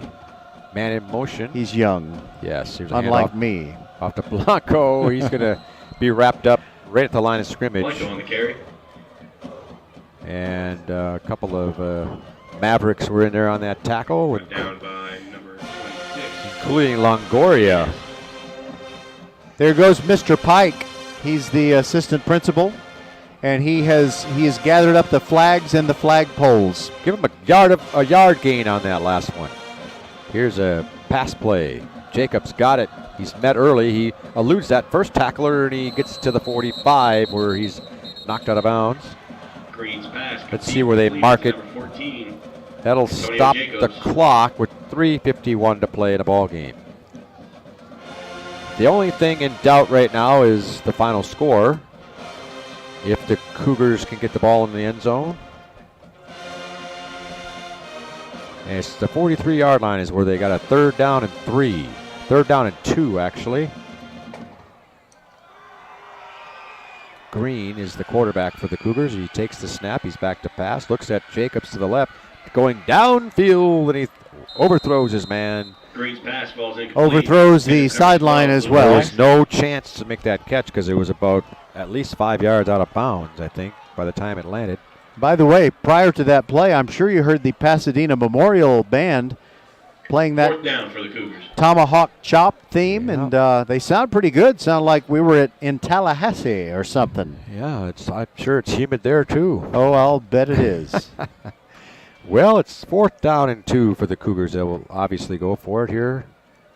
Green has it. Blanco has the ball, and he's going to be tackled for a loss, or he's still on his feet, but then he's met by 2 other Mavericks. Woo! He was happy to break away from the first tacklers, and then he ran right into 2 others, and he couldn't get anywhere on that, and they turn it over on downs. He probably felt like he was hit by about 12 guys on that play. Yes, right. No matter which way he turned, here came the pursuit. That's right, and there was not much of a chance, and I would imagine we're going to see some clock running plays here, hopefully. 37-3. The second half started off with some hope for the Cougars. They were down 25-3. We were hoping they could get a stop on the first series and get the ball back. And Stallings now holds on to the ball, and he's got the edge, and he's down to the 35-yard line. He faked it to Delgado, and then he kept it. But all that hope that the Cougars had and all that discussion at halftime faded away on the opening kickoff of the second half with a 70-yard kickoff return from Michael Smith. And that pretty much deflated the whole place here, or at least the Cougar fans. It's been kind of a, I don't know, how would you describe the second half here, Roger? Like a boat race. Delgado on the carry. Finish that off. What do you mean, a boat race? A boat race is where one competitor gets ahead, and there's not much and going there's on. just no closing the gap. Yeah, it's just kind of almost methodical. And let's see, guess what's going on in Crosby? Uh-oh, overtime. Overtime. Oh, boy. The Buffs had a chance to kick a field goal, which could potentially have won it, but they bobbled the snap, couldn't get it done. Goodness. Regulation time ran out, and they're in overtime now. Thanks to my brother-in-law, James Green, we have that information. Tough way to lose. Up snap is over the head of Stallings. He's going to just get rid of it. He had a guy open down there. He almost hit a receiver. That was Bell that was open. I guess I had it wrong. It looks like it must have been Holden down there instead of Bell. Not Holding, but Holden. Like that's good. We don't need any more 10-yard flags. Penalty for Holden. It's 3rd and 11 now. I'm not sure if they were really trying to pass that ball, but the snap was over his head. I'm not sure if he was just trying to get rid of it or not. There, 2:16 to play the ball game. 37-3. Mavericks lead the Cougars. Playing out the string here. Here's an inside handoff to a man who has not touched the ball tonight, I don't believe. Manganero on the carry. Manganero. Devin Sounds like a guy whose dad owns a car dealership.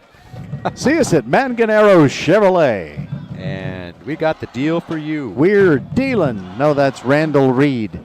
4th down and 13 for the Mavericks. The clock winds to 1:45 to play the ball game. You remember when we went to New Caney for a playoff game between Marshall and Montgomery in Randall Reed Stadium? Yes. That place was nice. I remember that was such a nice place, and then I'll tell you more here. It's 4th and 13, the snap. They're going to run it.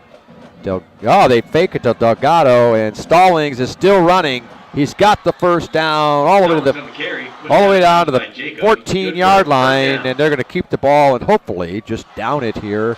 But I remember the food was good there, too. Oh, yes, it was. It's funny how we remember things by the meal we eat sometimes, right? Yes. By the way, to be young. So you got Stallings running for the first down, and he gets to run right into the cheerleaders area. Oh, boy. I'm sure he got several of them saying, Good job there, Hayden. Jeez. Way to go, Hayden. Here's the handoff to Delgado. He's going nowhere. He's had a couple of tough runs here lately, but he sure had some good runs earlier. He really is stomping and roaming down the field a few times tonight. By the way, the actor Craig T. Nelson did a great job making Hayden a really cool football name as he played Coach Hayden Fox. Reminder for after the game, no spectators allowed on the field or crossing this to the other side. No Okay. on the field or crossing to the other side. Thank you. And a knee anyway, taken. So Hayden, they take a knee. That's the last play of the game, Roger. I thought it would be. No, Why I did it think stop the clock? It's 43.3 on the scoreboard clock, 25 on the play clock. So there was a penalty on the play, I Of think. course there is. All right, Patrick, what do you say we say a quick goodbye after this one? Yes, it's 37-3. That looks like it's going to be the final score. That was the show coach that you were referring to, right? Yes. Shelley Faberez was his wife, Christine Armstrong. We've talked about this before, Roger. In situations like that, couldn't the referee just let that go? Who's ever going to know? None of probably us, so. None of us saw it. We would never see it. It's just the game's over. Just let it go. Maybe I'm being too... I don't know what I'm being, but now anyway. That was play. the final play. All Roger, right, the teams, wrap it up for us. All right, the teams will line up and shake hands. While I want to say, we want to thank you for being with us on VypeFortBend.com. We sorry we didn't have a more competitive game, but that's what happens when you do 40-plus games during the course of a season, which we always do. So for Patrick Kinnick, the nice couple, Lester and Michelle Lopez, who took a couple of great... Oh, there he is again. Kempner, 3.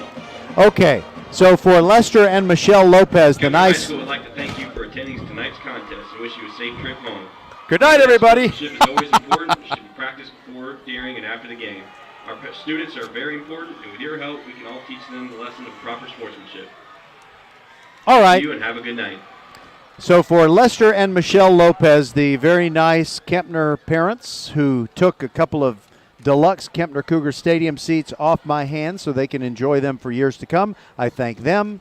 I thank Merle Bertrand, Suna Venkat, and Les Clary, the producer extraordinaire inside the mothership at Vype World headquarters. We'll say goodnight from Lord Have Mercer Stadium. 37-3 is the final score as Pasadena Memorial defeats your Kempner Cougars. And we'll be back tomorrow night at 6:40 for the Equitable Advisors Countdown to Kickoff show as we bring you Foster versus Travis. Good night, everybody, from Sugarland.